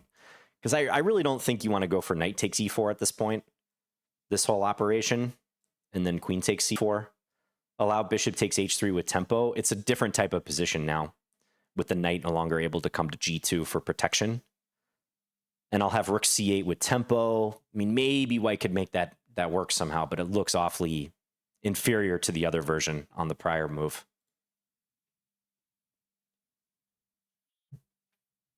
So I think if I were playing white, I'd probably play bishop f4. I think I'd play bishop f4, bishop e6, and then maybe... It's hard to say because knight e3 doesn't even work there because of knight d2. So maybe bring a rook to d1 or c1. But I think they're worse. I mean, queen d7 is coming. White is cramped for sure. This knight on c4 is a big bother. And now Antazi's getting very low.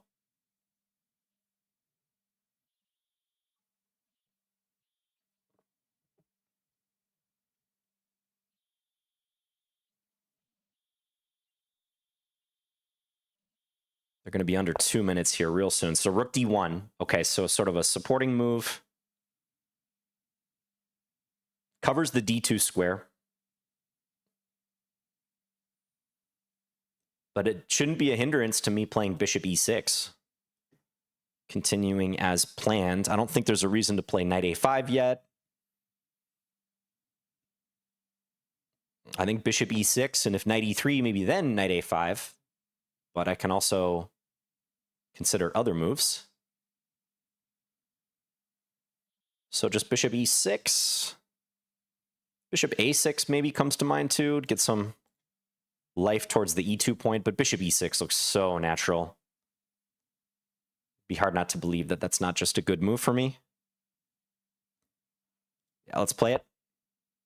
Keep the pressure back on. Keep white on the clock. So queen d7 coming next. Gain a useful tempo against this pawn on h3. Connect my rooks. Maybe rook fc8 after that. I don't think white is in huge danger in the short term if they play moves like bishop f4, king h2, knight e3. But I think in another few moves, ideally when they're getting below a minute, I can maybe introduce some dynamics and try to press home my advantage, which I do think I'm clearly better at this point. I would say -1-ish territory here. White looks very, very cramped.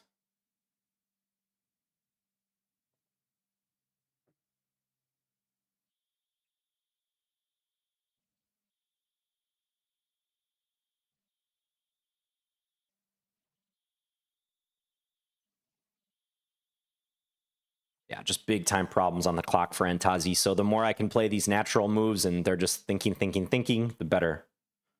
The better for me. But this will be a good test for me because I have a history of allowing my opponents to catch up on the clock in this type of scenario. So I don't want to allow white to do that in this one, remotely so.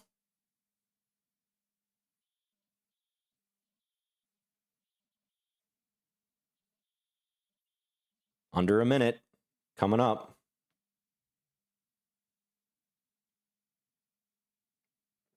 And believe me, those of you who haven't played with a longer increment like this, you might think it's kind of luxurious.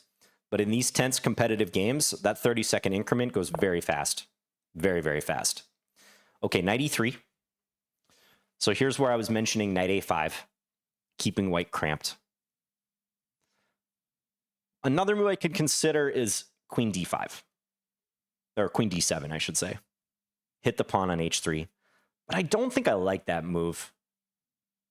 Knight takes c4, d takes c4, queen c2, bishop takes h3. The mere fact that it might allow knight takes e4 there to simplify makes me want to keep the tension.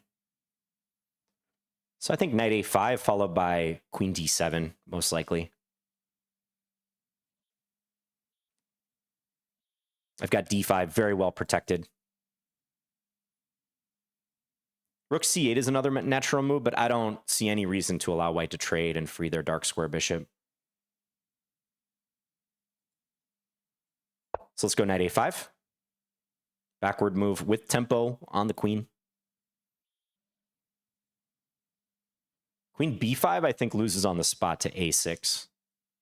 And the queen is trapped. So white's going to have to retreat to c2 or a2.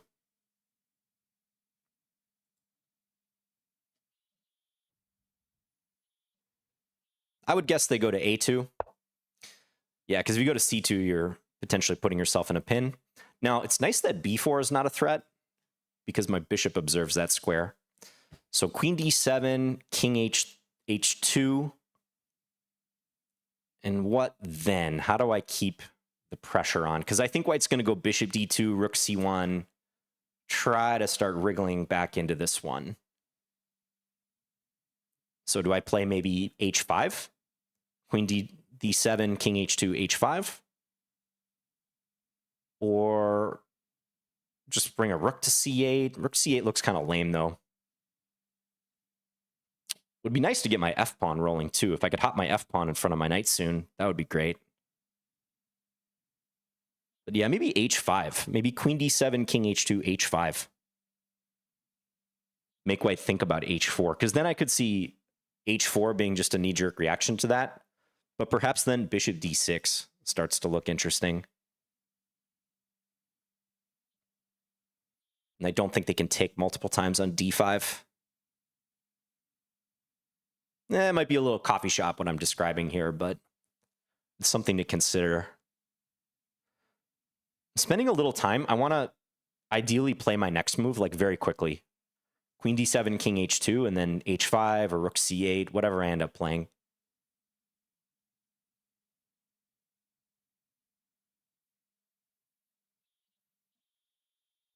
I mean, maybe knight e8. Try for some f5, f4 stuff. It looks rather convoluted, though. Not sure. Queen d7, king h2.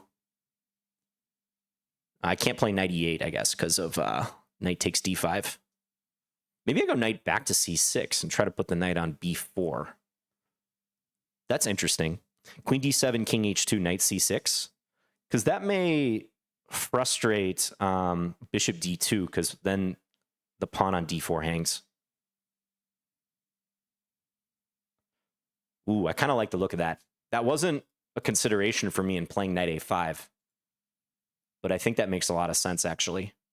Queen d7, king h2, knight c6. Get the knight back from the brink.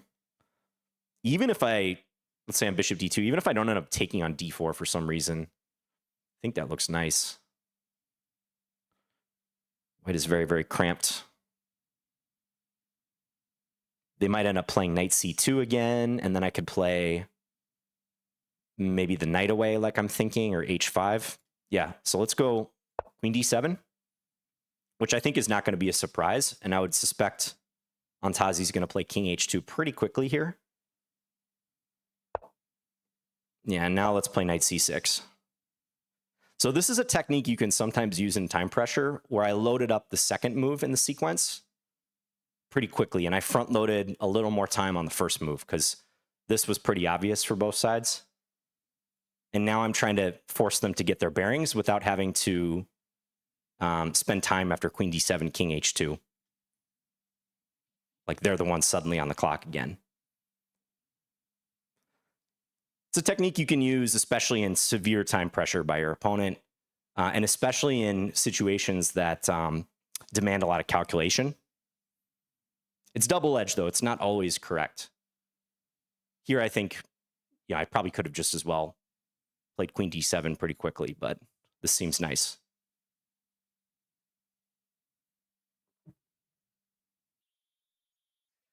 So I do wonder, queen b1. Guess they're worried about knight b4. I was going to say, I do wonder about bishop d2 if white could have got away with that. But wow, this is very, very cramped by white. So h5. For the moment, white is standing firm. You know, they're battening down the hatches. So do I go h5, h5, h4, bishop d6, something like that? And then maybe try knight e7 and then get this other knight out of the way. And then maybe f5, f4 someday. That looks interesting. Do I try to play on the queen side somehow? Knight b4, I think white can always go knight a2. You know, strangely, I don't think I should play much on this side of the board anymore. The queen side. I think my chances are starting to tilt back towards the king side because white's major pieces are all deployed on the other wing. Could start with bishop d6. Retain some flexibility. Because maybe h5 is a bit unnecessary even. Maybe I just start with bishop d6 and see what white's going to do. Because what is white's next move going to be? Really? They still can't play bishop d2 because I take. They can't play b4. If they play knight b5, maybe bishop b8 then. So I feel like on bishop d6, they need to start doing some serious rearranging. Knight c2. Maybe knight h5 at that point. But at least then they can maybe go e3 somewhere. So maybe throwing in h5 is useful. Because that's going to make e3 more of a concern for them. Yeah, I think I want to throw in h5 here, guys. Let's do it. Just to make Antazi think about h4. And I remember a game where they reacted to h4 with, or h5 rather, with h4. So I would bet that they play h4.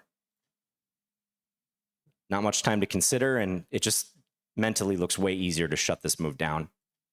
Black playing h4. Yeah, that was that other game featuring this g3 idea. But no, plays knight f1. So evidently going to allow h4, which I think I'm going to play. Wants to get that dark square bishop in the game.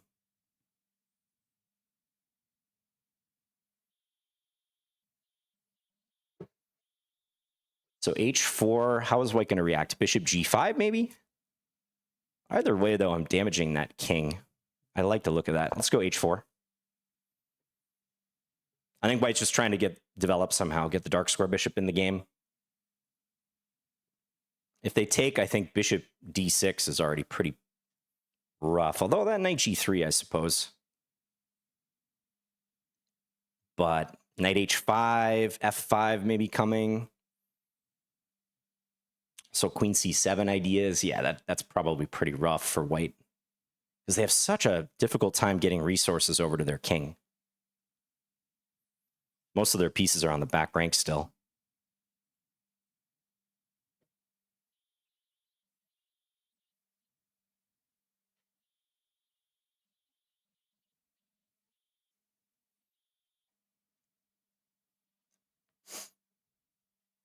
Still got the nice time edge for me. Forcing some tough decisions.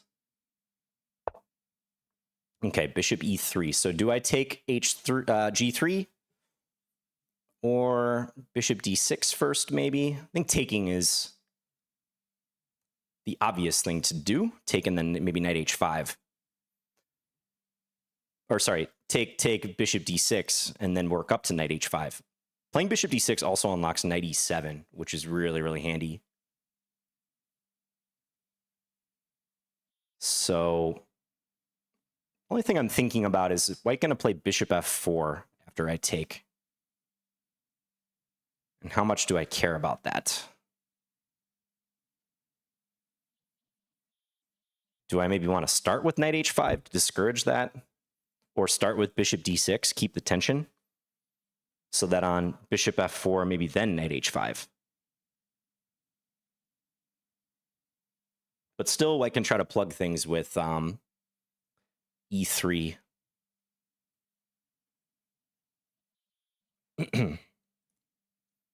Take, bishop d6, bishop f4, knight h5, e3. And it's ugly for white, but maybe they're somewhat holding on there.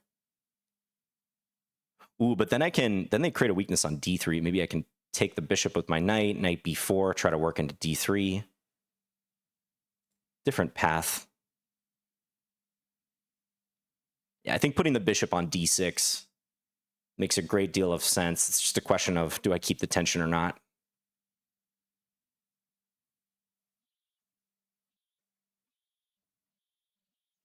So bishop d6, bishop f4, knight h5.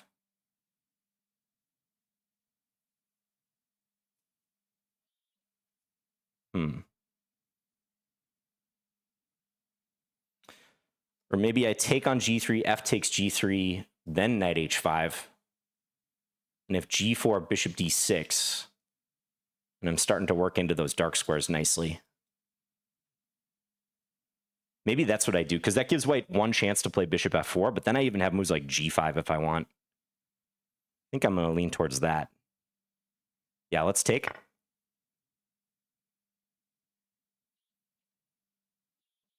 So take, knight h5 is my plan. I think I want to front run white playing bishop f4. Ooh, but do I have to worry about knight takes e4 maybe as a counterattack before I play knight h5?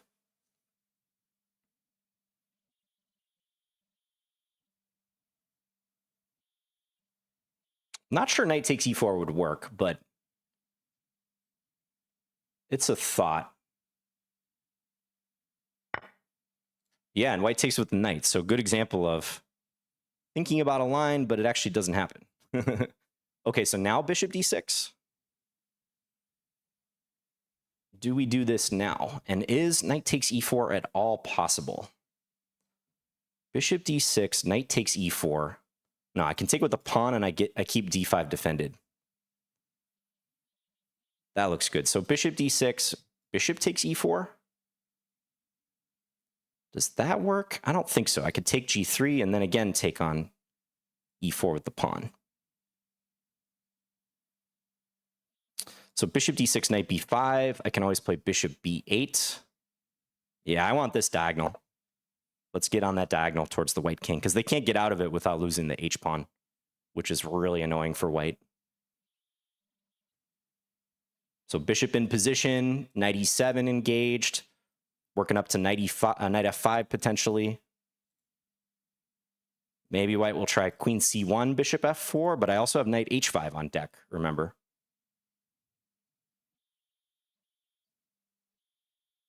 Knight h5 is a thing too.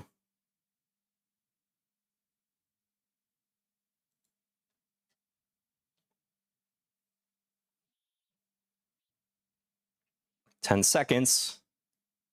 Feels like queen c1 might be a move. Yep. Because it's so natural to try to play for bishop f4. But I think knight h5, maybe knight a5 also makes some sense. But knight h5 looks so natural here.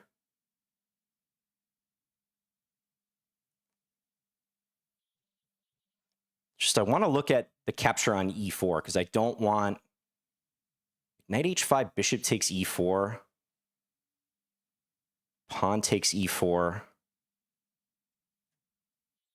d5. Then let's say, bishop takes g3, pawn takes g3, queen c7 maybe? White can play bishop f4 at the end. We're getting close. This looks very good, but there's just a few things in the center. It'd be hard for white to calculate this, but every second that I give them to think about it, they could theoretically try to calculate this. Knight h5, bishop takes e4.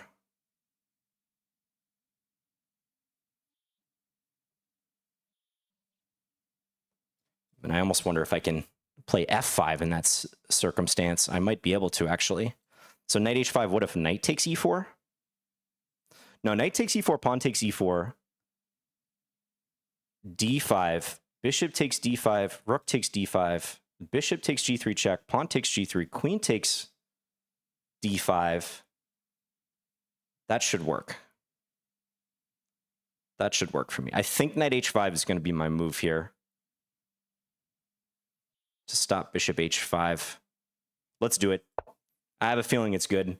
Maybe white will get brave and take on e4, but I don't think it works. And I want to keep pressing them on the clock.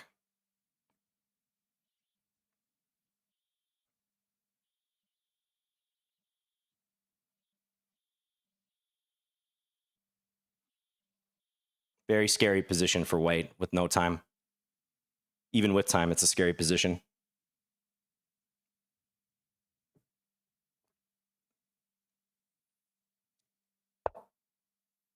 Yeah, and they move the king, but that should just lose a pawn at minimum and maybe 2 pawns. So take, bishop takes. That's the default here. Take on g3 and then take with the bishop.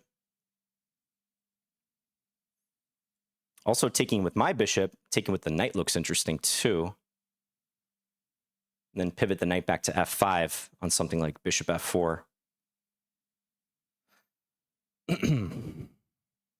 I could also play knight takes, pawn takes, bishop takes h3, but there's knight takes d5, so I don't think I should allow knight takes d5 under any circumstances.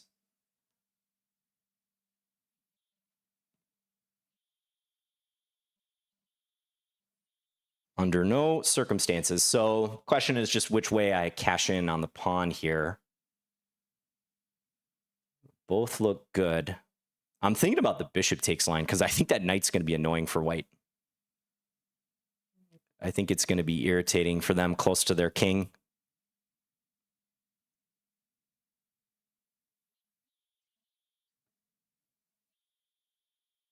Both should be good, though. Knight takes g3 or bishop takes g3. Let's keep the knight. Knights are usually good when your opponent's in time pressure. And I can see this knight bouncing back to f5. Looks very irritating. Hit d4, hit the bishop. Even if it blocks my attack towards h3, I think white has trouble.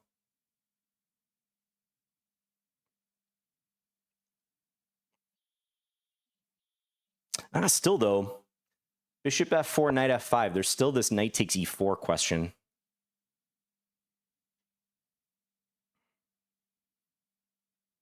So maybe I should go knight h5 now. Knight h5, which keeps the pressure on h3.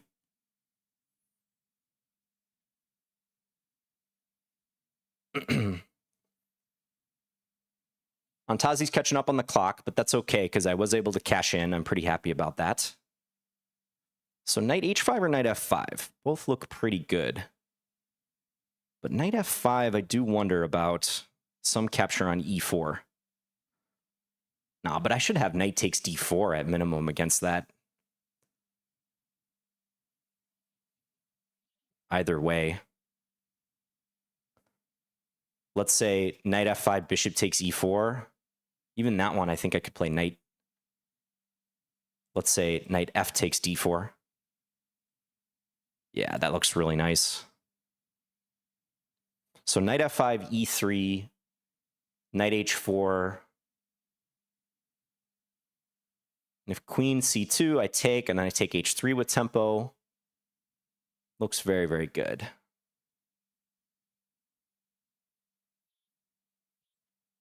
Yeah, let's go knight f5. A little bit longer than I would have liked there, but I was just seeing again that there's these questions about a capture on e4. But I just doubt they work, especially now that I see this. Knight f takes d4. So I kind of think white's going to play e3 to reinforce the d-pawn. But then after knight h4, I should have a very pleasant time of things.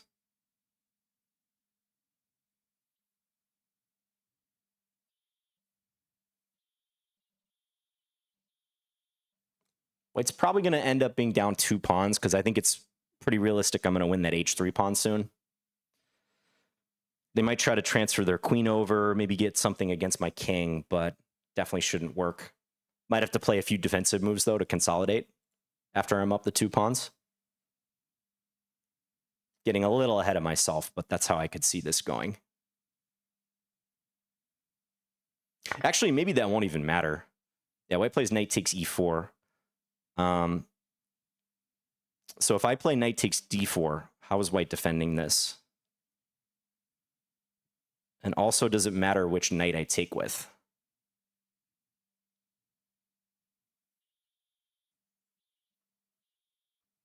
Knight f takes d4 looks more sturdy somehow. So I like the look of that one.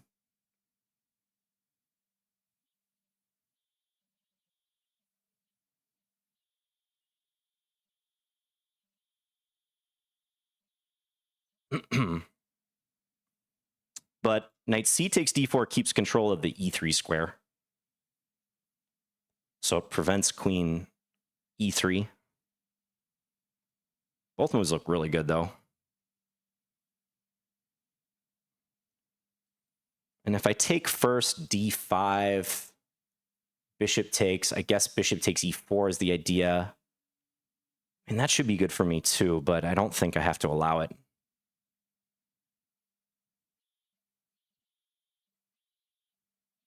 So if I play knight c takes, and then let's say queen c7, knight takes e2, king f2, knight takes f4, queen takes f4, take on d5. There's still d5 at the end. Again, I don't see that working out for white, though. All right, let's try to play a move pretty quickly. White can go back to c3, but then I have knight b3 with a fork at minimum in those lines.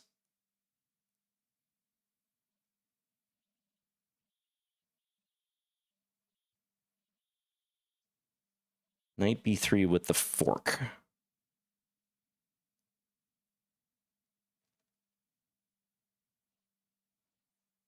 Yeah, I'm going to take with this knight. Knight c takes. It feels more cohesive. So new threats. Keep the pressure on e4 too. I don't know. Maybe d takes e4 was technically better there, but this looks plenty good too.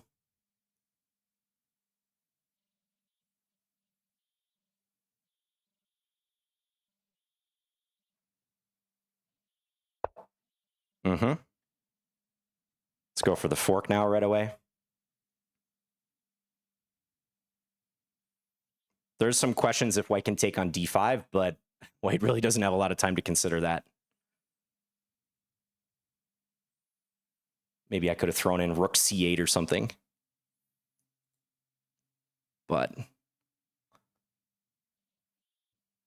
don't think they're going to... I think they're going to move the queen. Yep, and now I can take that rook with tempo on their queen. And maybe now rook c8. Step onto the same file. Get my rook off of that long diagonal. Looks pretty good. Just natural chess. I'm up an exchange plus a pawn at this point. Knight h4 is on deck, but let's play a coordinating move first. Queen d3. So d4 allows knight e4. I do have bishop c4 then. It feels like I don't have to allow that. My pawn on d5 is under attack, though, it must be said. d4, knight e4. Maybe knight h4 then, actually. d4, knight e4, knight h4. If knight g5, I always have bishop f5 to block mate. That looks pretty good, actually. I wasn't sure if I wanted to allow knight e4, but I think it's, in fact, okay to do that. What about d4, knight e4, knight h4, queen g3? Yeah, maybe that's a little annoying. Maybe that's a little irritating. Maybe I should go knight e7 and just pivot the knight to g6, but in a different way.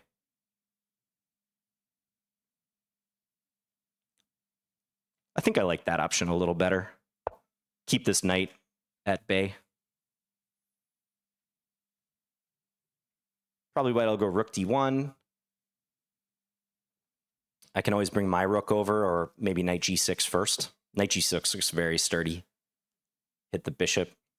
Not easy to find a square for white's bishop. Yeah, let's go knight g6, hit the bishop. Bishop to h2. And now I can probably play rook d8, although actually I can't defend the pawn then. But it's not a tragedy if white takes that pawn, probably.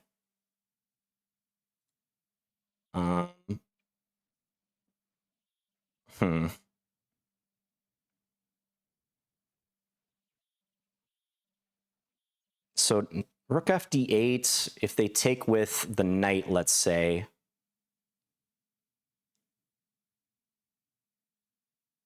knight e7 might run into knight f6. So let's say I take on d5, bishop takes d5, queen takes a4 perhaps. Queen takes g6, there's queen takes d1.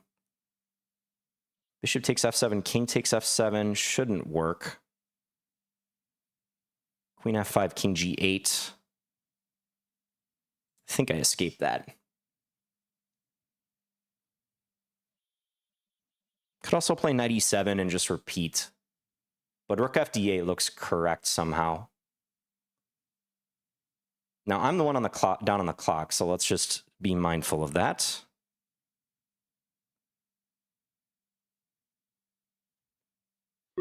Repeating with knight e7 might be a decent option here, just to put white back on the clock. I can go e4 though.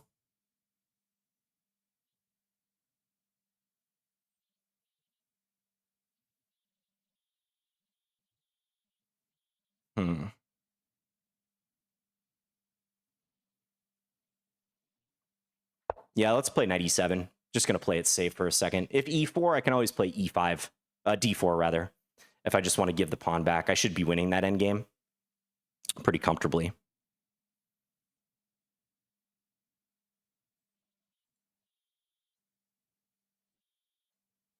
Yeah, let's just try to defend d5 for the time being. Maybe work up to rook f d8. If white repeats, I think rook f d8 makes sense. Bishop g5 crossed my mind, but I think I can just play f6 against that. Should be fine.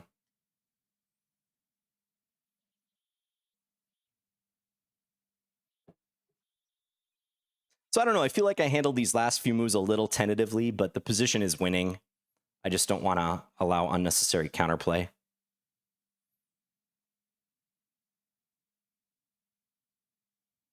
Sometimes it is difficult to win, though, without allowing quote-unquote unnecessary counterplay. Sometimes you just need to make a firm decision.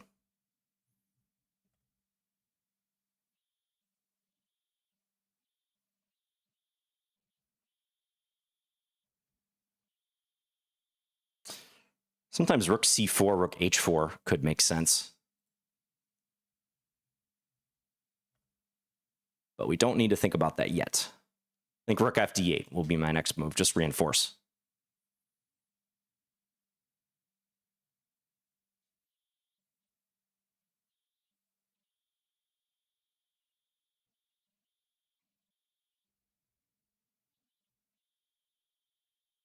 Still kind of tense, though. There's still a lot of pieces on board.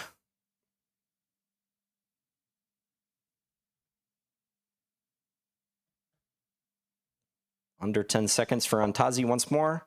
Knight b5. Knight b5. Angling for squares. This move invites knight f5. Which probably I should play. I think it makes a lot of sense. Could also think about bishop f5. Bishop f5 is probably pretty good too. Bishop f5, e4, bishop g6.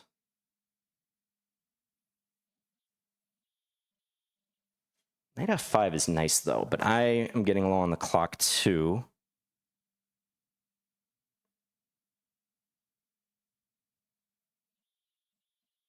a6. Let's go knight f5.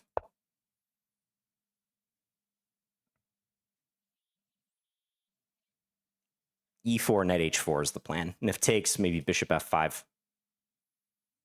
And take on g2 coming up. It's hard for white because they can't really open the position in the way that they want. And I'm almost trying to bait them to do that.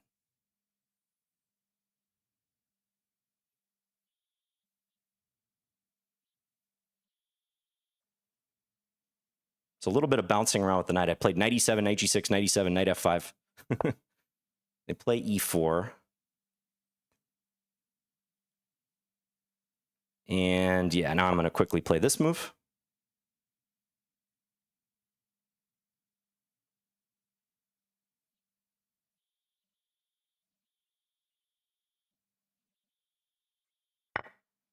And now probably bishop f5. Let's do it. I just think with the elimination of this light square bishop and rook c2 coming in, this must be good for me.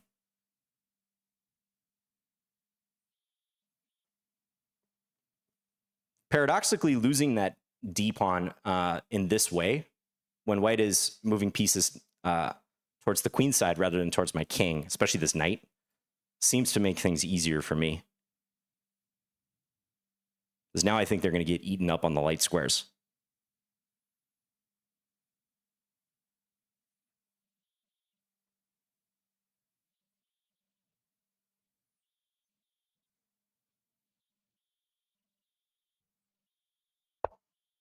Okay, let's take. Queen g3, knight takes g2. Rook c2 coming in.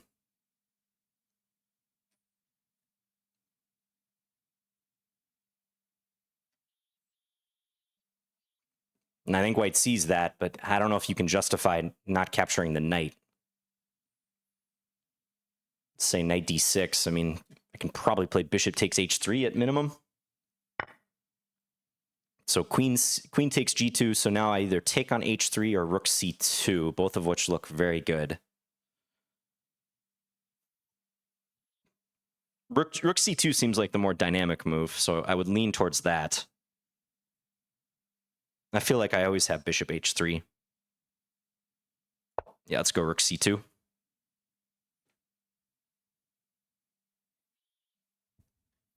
And if rook d2, I might even throw in the check. Might not even trade. Or maybe bishop takes h3 first.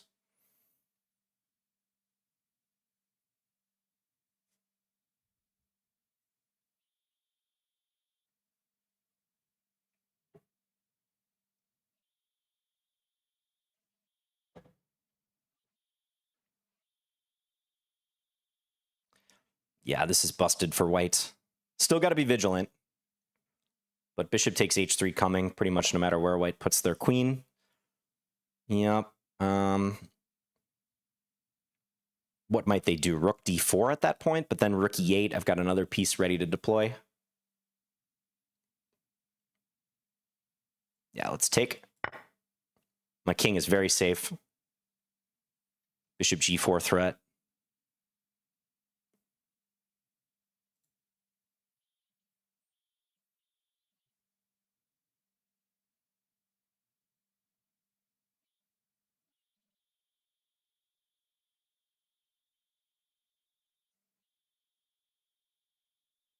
White can't stray too far from their king either. Rook e1. So now bishop g2 is sort of a nifty move, although there's queen d3, I suppose. And maybe then I can play queen g4. That's a funny move. Queen g4. There's also rook g2 check, king h1, and then moving my rook somewhere, like rook takes b2, perhaps, or rook d2 even. That looks pretty clean as well. Rook e8 also looks like a great move. Many moves to get the job done. Sort of like the look of this bishop g2 move. That was my first instinct. Try to win the pawn on d5. Because I think against that one, stands to reason they would want to attack my rook. But then I can immediately hit them with this queen g4 move. So bishop g2, queen d3, or queen d1, queen g4. And that can happen rapid fire again. And I don't see a defense for white to that with the discovery. And if they sack their queen, I can just take d5. That should be a pretty easy cleanup. Queen b3, does that matter? I still think queen g4. Yeah, let's go for this. So wherever they move their queen to attack my rook, d3, d1, or b3, I have queen g4, and if they take the rook, bishop e4 check, discovery. And queen g4 is going to be really unpleasant when it lands.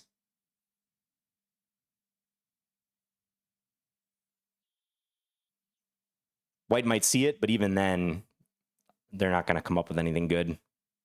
It's lost.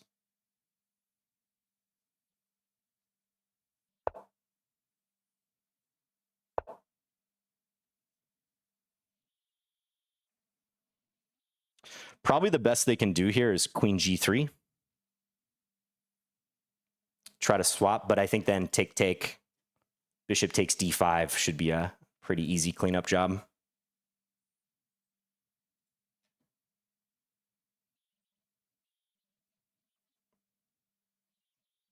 This is a nice little flourish, this whole tactic.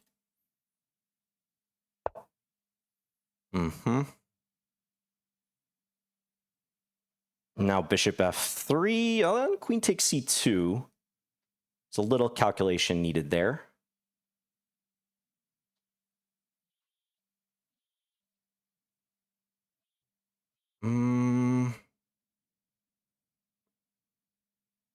Bishop d3, g3 rather. That's a good try.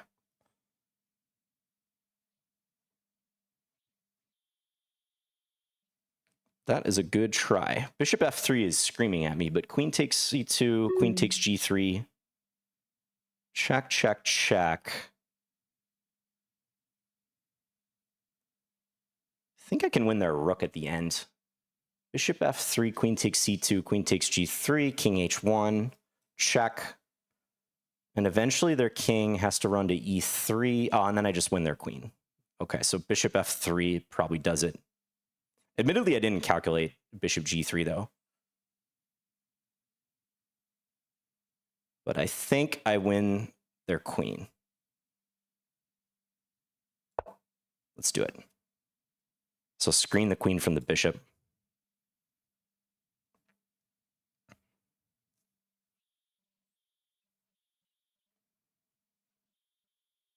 Also sets up rook g2.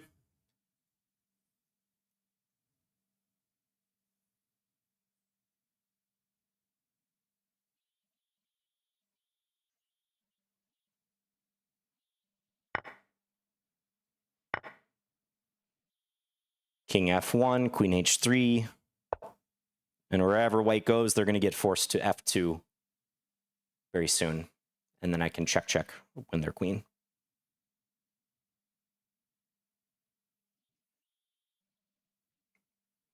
Just taking a second to verify, but there's not much else to think about here.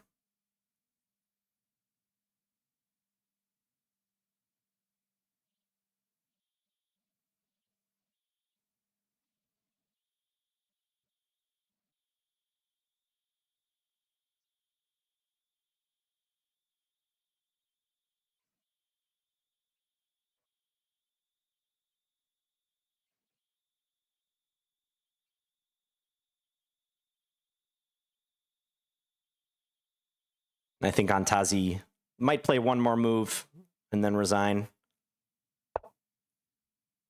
Maybe they'll play it till when Queen G2 hits the board.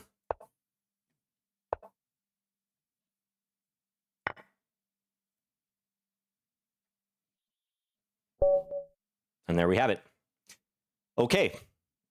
So thanks to Antazi for the game. Yeah, so it felt like White's position was fairly passive and cramped for most of this one. And I felt like for most of the game, I was deciding between good options. A big turning point, though, was when I played knight c4. And White might have had knight takes e4 as a possibility. I think that was by far White's best chance out of this middle game. I think once I kind of got my fangs in them here with b6, bishop e6, knight a5, queen d7, White was so cramped. All these pieces on the first, second, third ranks, but away from their king. And they had played that h3 move. I think this situation is already really tough for White. Yeah, so I think it's not a surprise that I got a big advantage after this. King g1 can't be the best move, but it's understandable. And White might just be busted here anyways. So I do think White had to take their chances with knight takes e4. Maybe they didn't look at that move, or maybe they made the same miscalculation as me, that Black might have knight a5, but this queen takes d5 move was the thing that spoiled it. So yeah, I think in the opening, tempting me to play e4 was not great by White. I'll be curious what the computer says, because I just don't really see the point of this h3 move.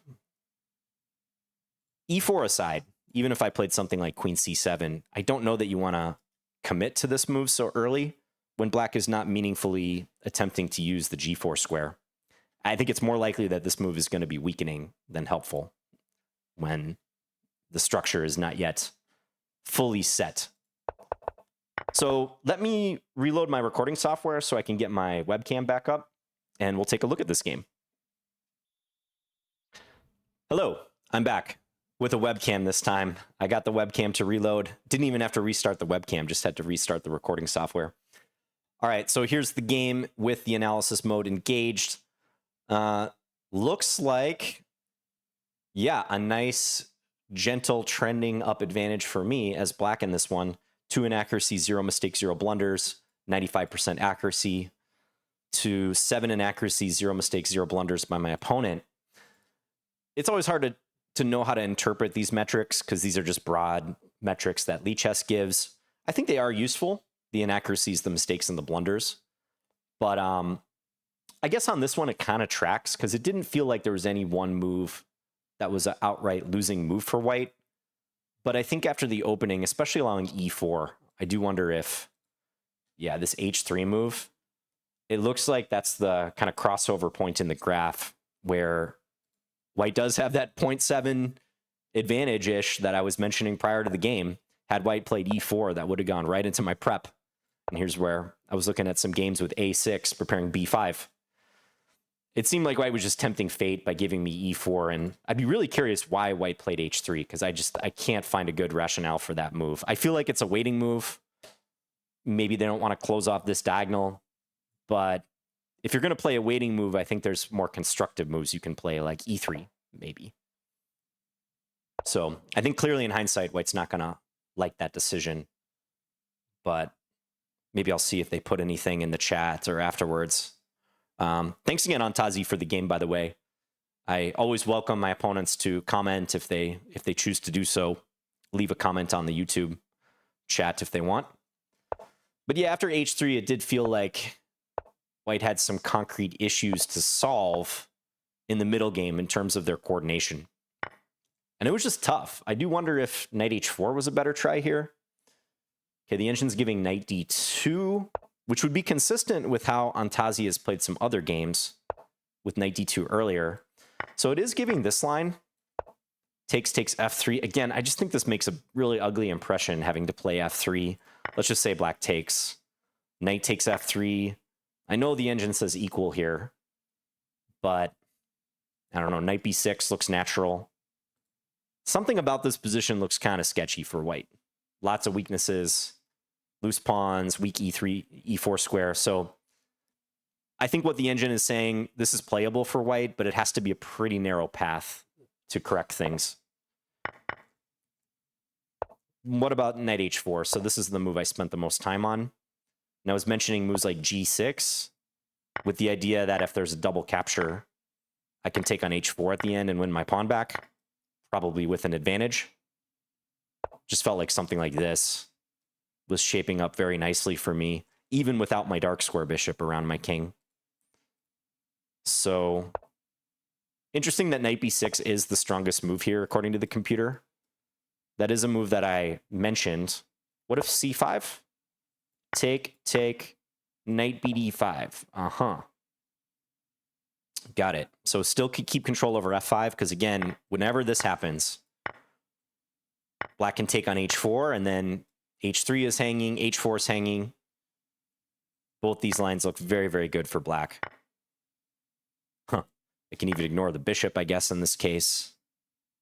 Rook coming to d8. Yeah, it just seems super risky for white to do something like this. So all in all, I did not like this h3 move by white, and I didn't in general like inviting me to play e4. Queen c2 might be a good semi-waiting move too, by the way. The engine points that one out. That's a good point, because if white doesn't want to play e4, which is probably the best move here, they want to keep their options open. This move does actually make a lot of sense, because it prevents e4, because they could now take with the knight, and they have the queen backing up as well. So yeah, I'd really point to that h3 move. Funny that in the opening, the engine, strictly speaking, does not like knight d7. It gives that as one of the inaccuracies.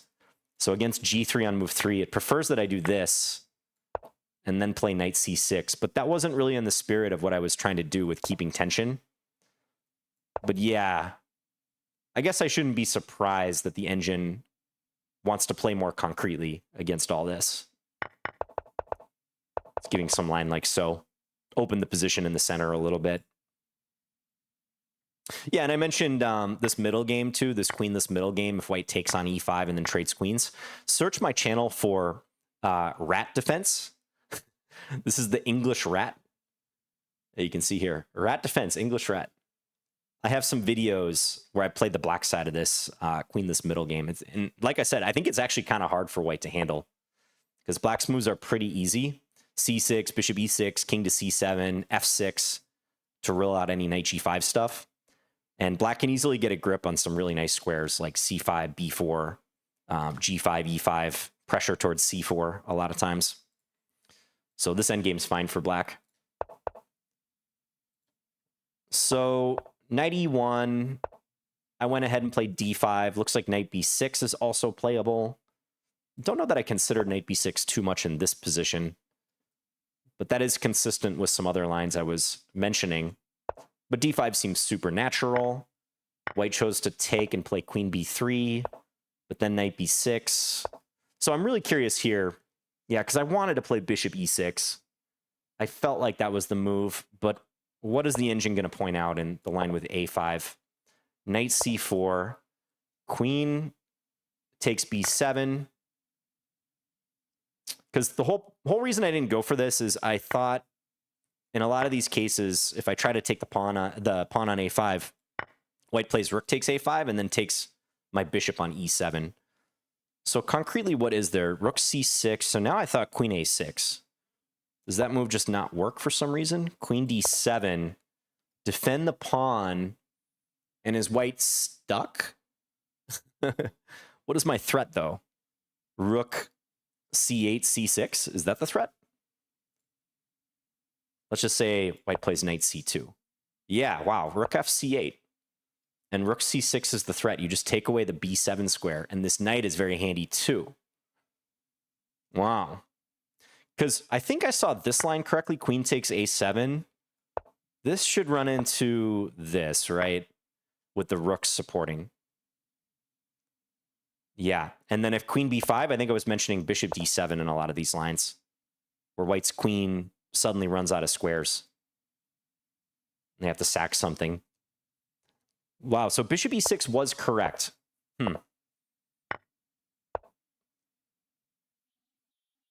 Queen c6 is another move.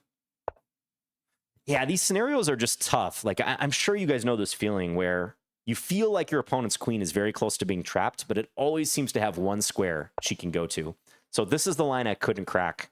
But it seems like the answer is just to play queen b7 here and chill for a moment. Guard the a7 pawn and then work up to rook f to c8 and then rook to c6. It's funny. You know, it looks kind of obvious once you're here, but it wasn't obvious in the game. But yeah, I mean, once the position's in front of you, I mean, I even see I have knight takes b2 if I need it in a lot of these lines. But that quiet queen d7 preparatory move was what I was missing. Just appreciating that white is very much stuck. Yeah, so I would have liked to have eventually found bishop e6. I do think I let my opponent off a little bit here. So it says knight c4 isn't so bad. But let's see. So knight takes e4. I thought this was the best move in the game. Because again, I've mentioned this multiple times, but the thing that I was miscalculating, and I only saw after I played knight c4 when white was on move, is that this whole operation, trying to buy time to take the bishop, runs into queen takes d5. That was my miscalculation with knight c4. So what does it want me to do instead? Knight takes e4, d takes e4 is an option, and then bishop e6, and just try to go after the d pawn, I guess. Queen c2, and I can maybe not even take the d pawn. Interesting. Rook c8, queen b1, queen d7, or bishop c4, go after e2. Yeah. What about if something like queen d2, or queen d1 for that matter? Queen d7, hit the pawn, go for some counterattack like this. Okay, I buy this. Black is very active, so stands to reason black has more than enough for the pawn, but I don't like the way that went down, or could have gone down, because I didn't plan that. I should have calculated that after knight c4. But I do still believe that this was white's best chance to break out, because what about the evaluation of this scenario, which I was mostly considering? Bishop takes h3. This knight g2 move is very annoying. So it defends against bishop takes f1. And I know this still looks a little rickety for white, but I think I mentioned this sequence. This didn't look so clear to me. Because let's say I take d4. Yeah, bishop e3, coordinate. Suddenly white's pieces make sense. They are temporarily down a pawn, but suddenly their pieces at least make sense. And they probably have pretty reasonable compensation. a7 is loose. Once they move this rook, knight f4 is in the mix. So, yeah, it would have been interesting had white played knight takes e4. I think I probably would have gone for this line, because I wasn't really considering some other approach, like the d takes e4 line that the engine's proposing. Maybe I would have eventually come around to that. But yeah, I sort of stand by my opinion about that chance that white had to break out, because the computer does think these moves are pretty similar in evaluation-wise for white.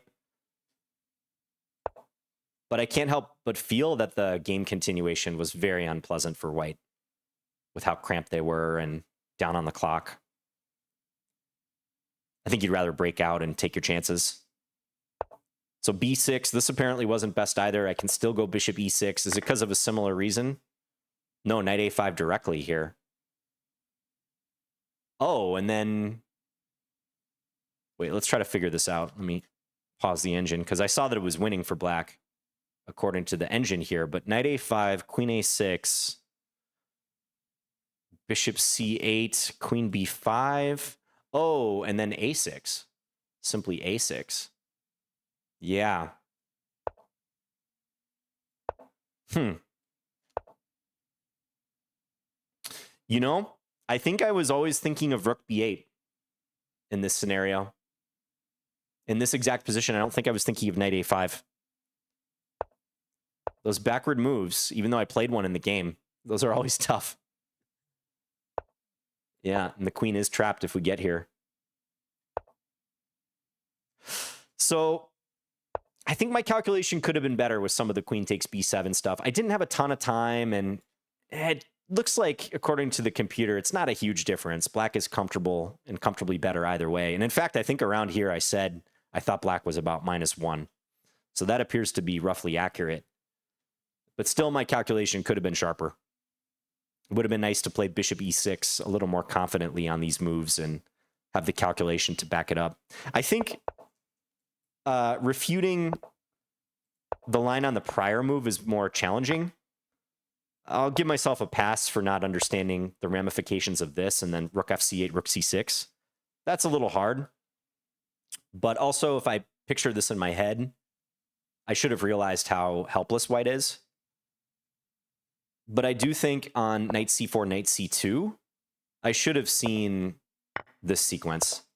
I think I can definitely find this. These two backward moves, knight a5, bishop c8, and then the a6 coup de grace. So some improvements calculation-wise for me, but b6, practical move. We can see time-wise.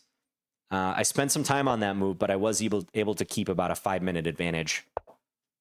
So that was nice.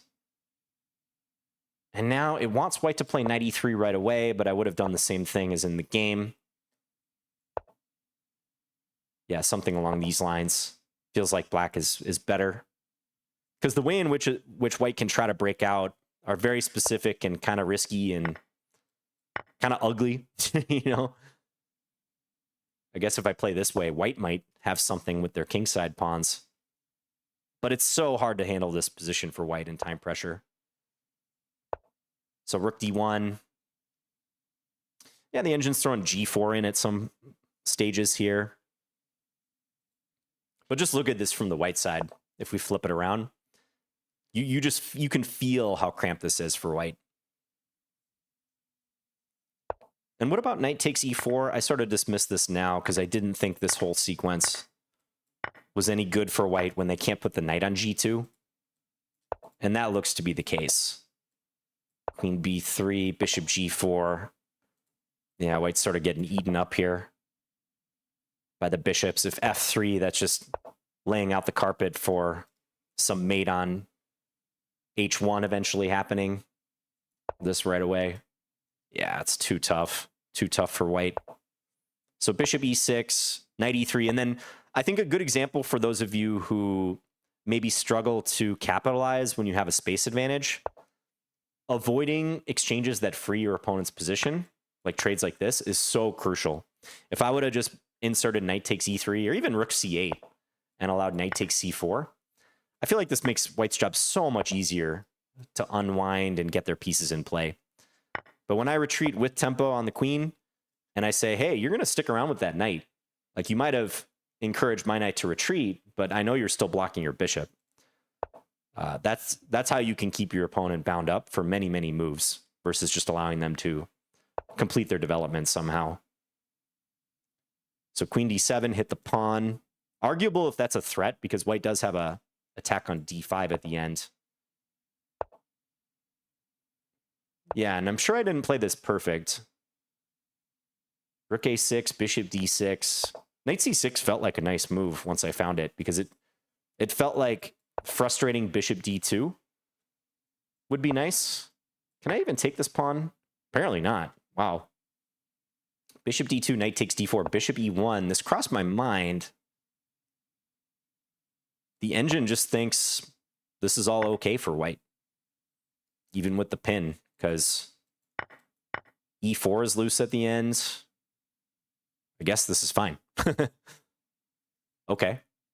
But it's the type of move where in the moment, white might not want to play bishop d2 because they just take one look at knight takes d4 and assume that they can't do it. And admittedly, I would have stopped and calculated here to see if I could prove an advantage after bishop e1. But interesting. So knight c6, white went queen b1.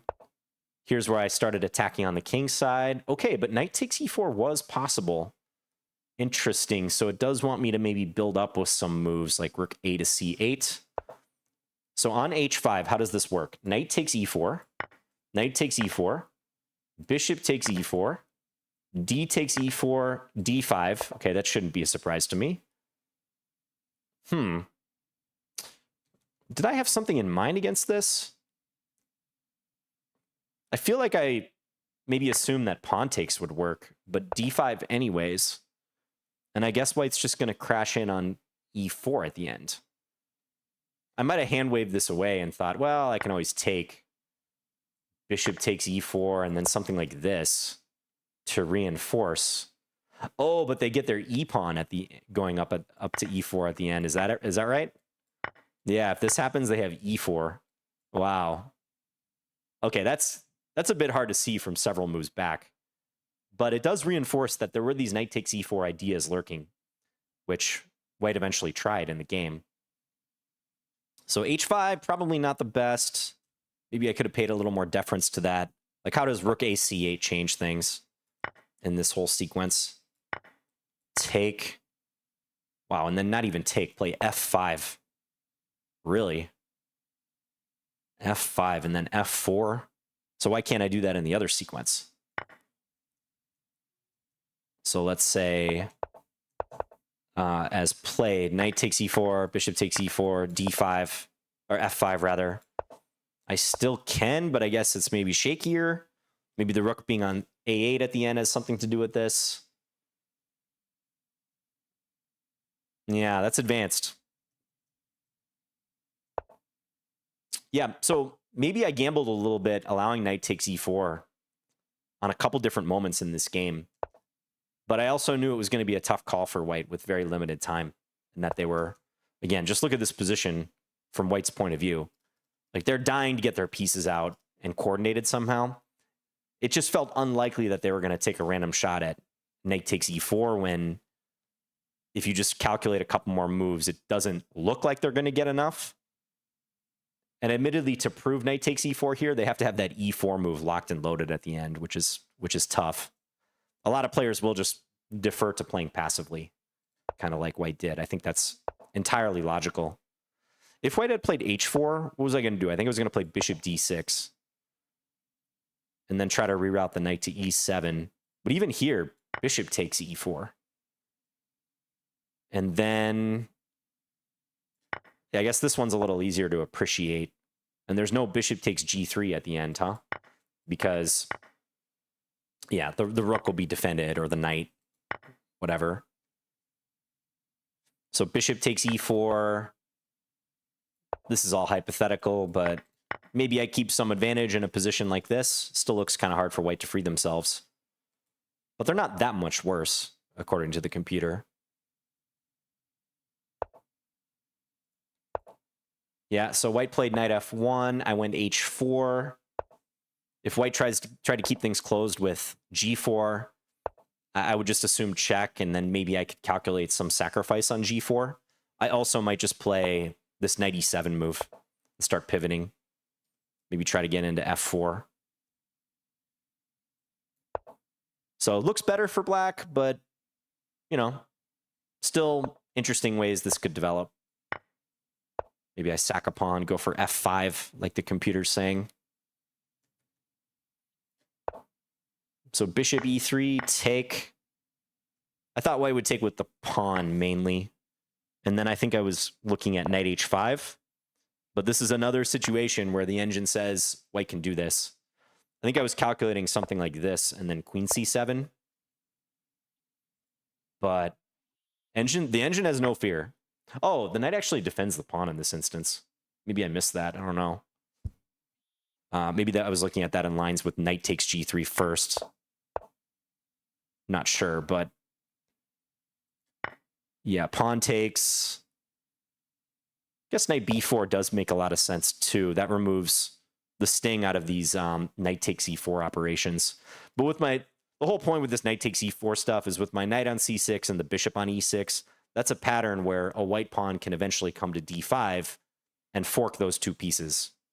So if White can free that up by eliminating my pawn on e4 and getting me to capture with my d pawn, that's why this engine is constantly recommending moves like that.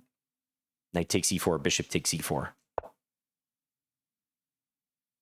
So White took with the knight. Let's see if there are any other opportunities for knight takes e4.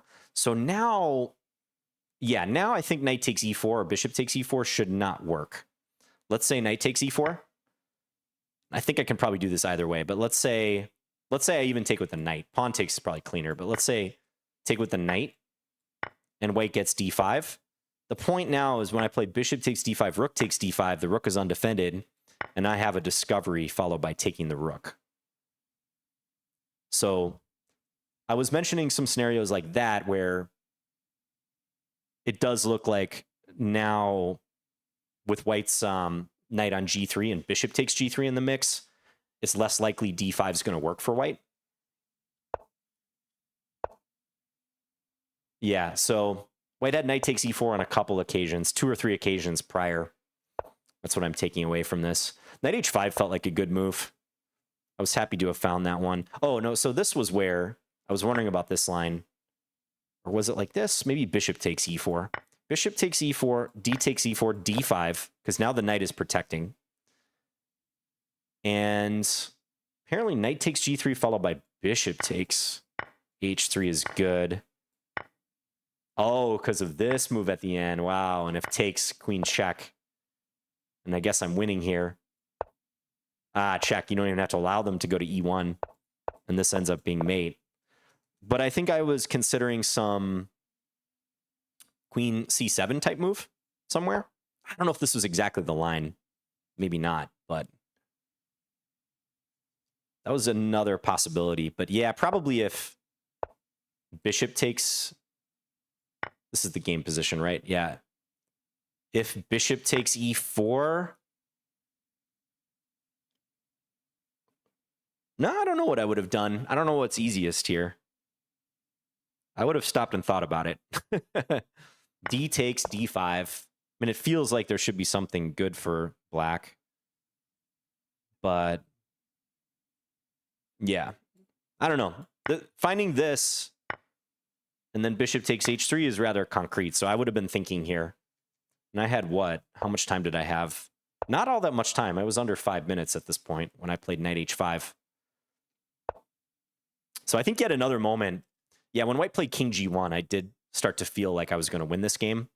The game was trending in my favor, but when white wasn't breaking out or trying something sharp, it did feel like, okay, now this should be a matter of the proverbial technique, as they say. So even if it's bad, maybe this was the one last chance for white to complicate, try to cause some confusion. Although this one, it's very confusing because if I think bishop takes would be a better practical choice, so that on d5, I can't just take and then bishop takes g3. White's backing up d5 2 times. And at least try to make me find something very concrete like this, because I could easily miss this variation, which hinges on bishop takes g3 being good for black here. So king g1. Now I was debating which way to take on g3. I think both are good. Bishop takes h3 also good. But this just seemed more cohesive. Bishop f4, knight f5. Yeah, knight takes e4. So now white finally goes for this, but I think it's a different circumstance where I can take this pawn on d4. So what if... Oh yeah, and by the way, if e3 to defend the pawn, I was thinking knight h4. And it felt like white was in dire straits here with the pressure on g2 and h3 falling. White's going to lose another pawn. Another circumstance where knight takes e4 could be considered, but now it doesn't feel like it's going to work with bishop takes h3 in the mix at the end. Yeah, so knight takes e4. Looks like many winning moves here for black. Maybe I could have looked at this in greater detail, but it didn't seem necessary. Knight d4 at this point. Block the rook. That does make sense. That does make sense. And if takes, knight takes e2 is good. Knight takes e2, king h2, let's say. And then just take. Okay. Yeah. So probably in a longer game, I would have been a little more diligent here and looked at d takes e4, but this knight takes d4 move seems so nice as well. Block the d file, threaten knight takes e2, threaten knight b3, still have knight the capture on e4 being a possibility. Yeah, and here I went for the exchange. Looks like rook c8 is also good, but I was wondering, could white maybe justify queen b1, knight takes a1, and then taking on d5, and just ignore the knight. Threaten knight f6. I don't know what I would have done against that, but I was wondering. Queen takes a4 looks pretty good. Yeah, link up with my knight. I don't know if I'm finding queen c4, probably not, but even if I were to trade, yeah, should be winning. Might have a little, some slight technical issues against the bishops, but no doubt this is winning. So let's just see if there were any last surprises. Arguably, I played this a little passive, but I don't think it was ever an issue. I maybe just got a little too low on the clock. What did I want to play here? Rook f d8. I just wasn't 100% sure about this line. Take and then queen takes a4. Idea, if queen takes g6, I have queen takes d1.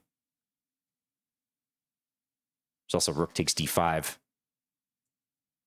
Yeah, I don't even need to take this knight, do I? I can take this, as the computer points out. But I just wasn't sure I needed to let white take on d5. I would have been happy if white had traded down.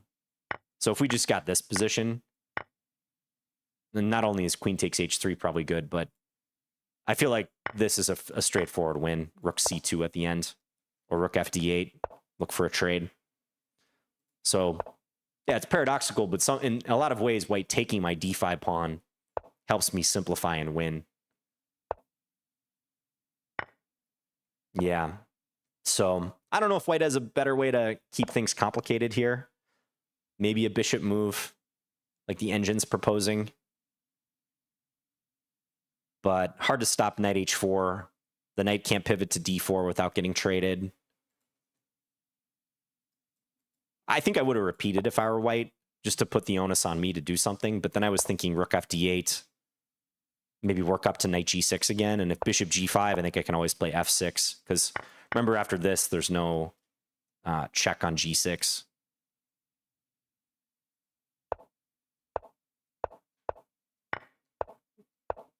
Okay, just scrolling through the last few moves here. Yeah, if king takes c2, g2 rather, I was ready to play rook c2 check. And white is busted on the light squares, basically. Yeah, and many, many ways to win towards the end here. I think I chose a pretty nice one, bishop g2. But rook e8, yep, also makes plenty of sense. I think rook g2 check, king h1, and then moving the rook somewhere, like rook takes b2 even, to threaten bishop g2. That also made a lot of sense. Maybe gives white some unnecessary chances towards my king, but certainly still winning. But this was cool. And again, this strategy, if you maybe you picked up something from playing on your opponent's time pressure, this strategy of front loading your calculations ever so slightly, where you can play the second, third, or maybe even fourth move in a longer sequence quickly when your opponent is seeing that position for the first time on the board, that can be jarring to them. So I know black is completely winning here, but when queen g4 hits the board and suddenly white's tick, tick, tick, ticking down at 32 seconds, it's tough psychologically because they'll see the idea, but they have to adjust to a new position right on the fly. Yeah, bishop g3 was a decent practical chance, but just too much stuff here for black. I probably should have calculated this, but yeah, bishop f3, interference, take. And eventually the king has to go to f2. If king f2 directly, win the queen. So too much. All right, so I feel like my assessment of the game while the game was in progress was fairly accurate. Black being better in the middle game with those oppressive pawns. I've been on the receiving end of this type of position, by the way, in playing some of these flank setups. So black establishing these pawns on e4 and d5. Usually the engine thinks you have to undermine those pretty quickly as white. So yeah, I didn't like white's h3 move. I think that was asking for potential trouble. But it wasn't a perfect game by me. I give myself maybe an A-, B+ in this game. Somewhere in that range, because I do think I could have calculated a little more cleanly with some of the queen traps. I don't think I needed this preparatory knight c4 and especially this preparatory b6 move. And I also missed stuff like knight takes e4 at this moment, especially. Later, yes, it was possible, but you got to consider the circumstances. It's very tough for white to crunch those numbers with knight takes e4 or bishop takes e4, like where was it? Here, for instance. Maybe this one we both should have seen, but yeah, I might have to watch this back and see what I was thinking about exactly at this moment, because admittedly, this is a pretty clean version of it where there's no issues towards white's king.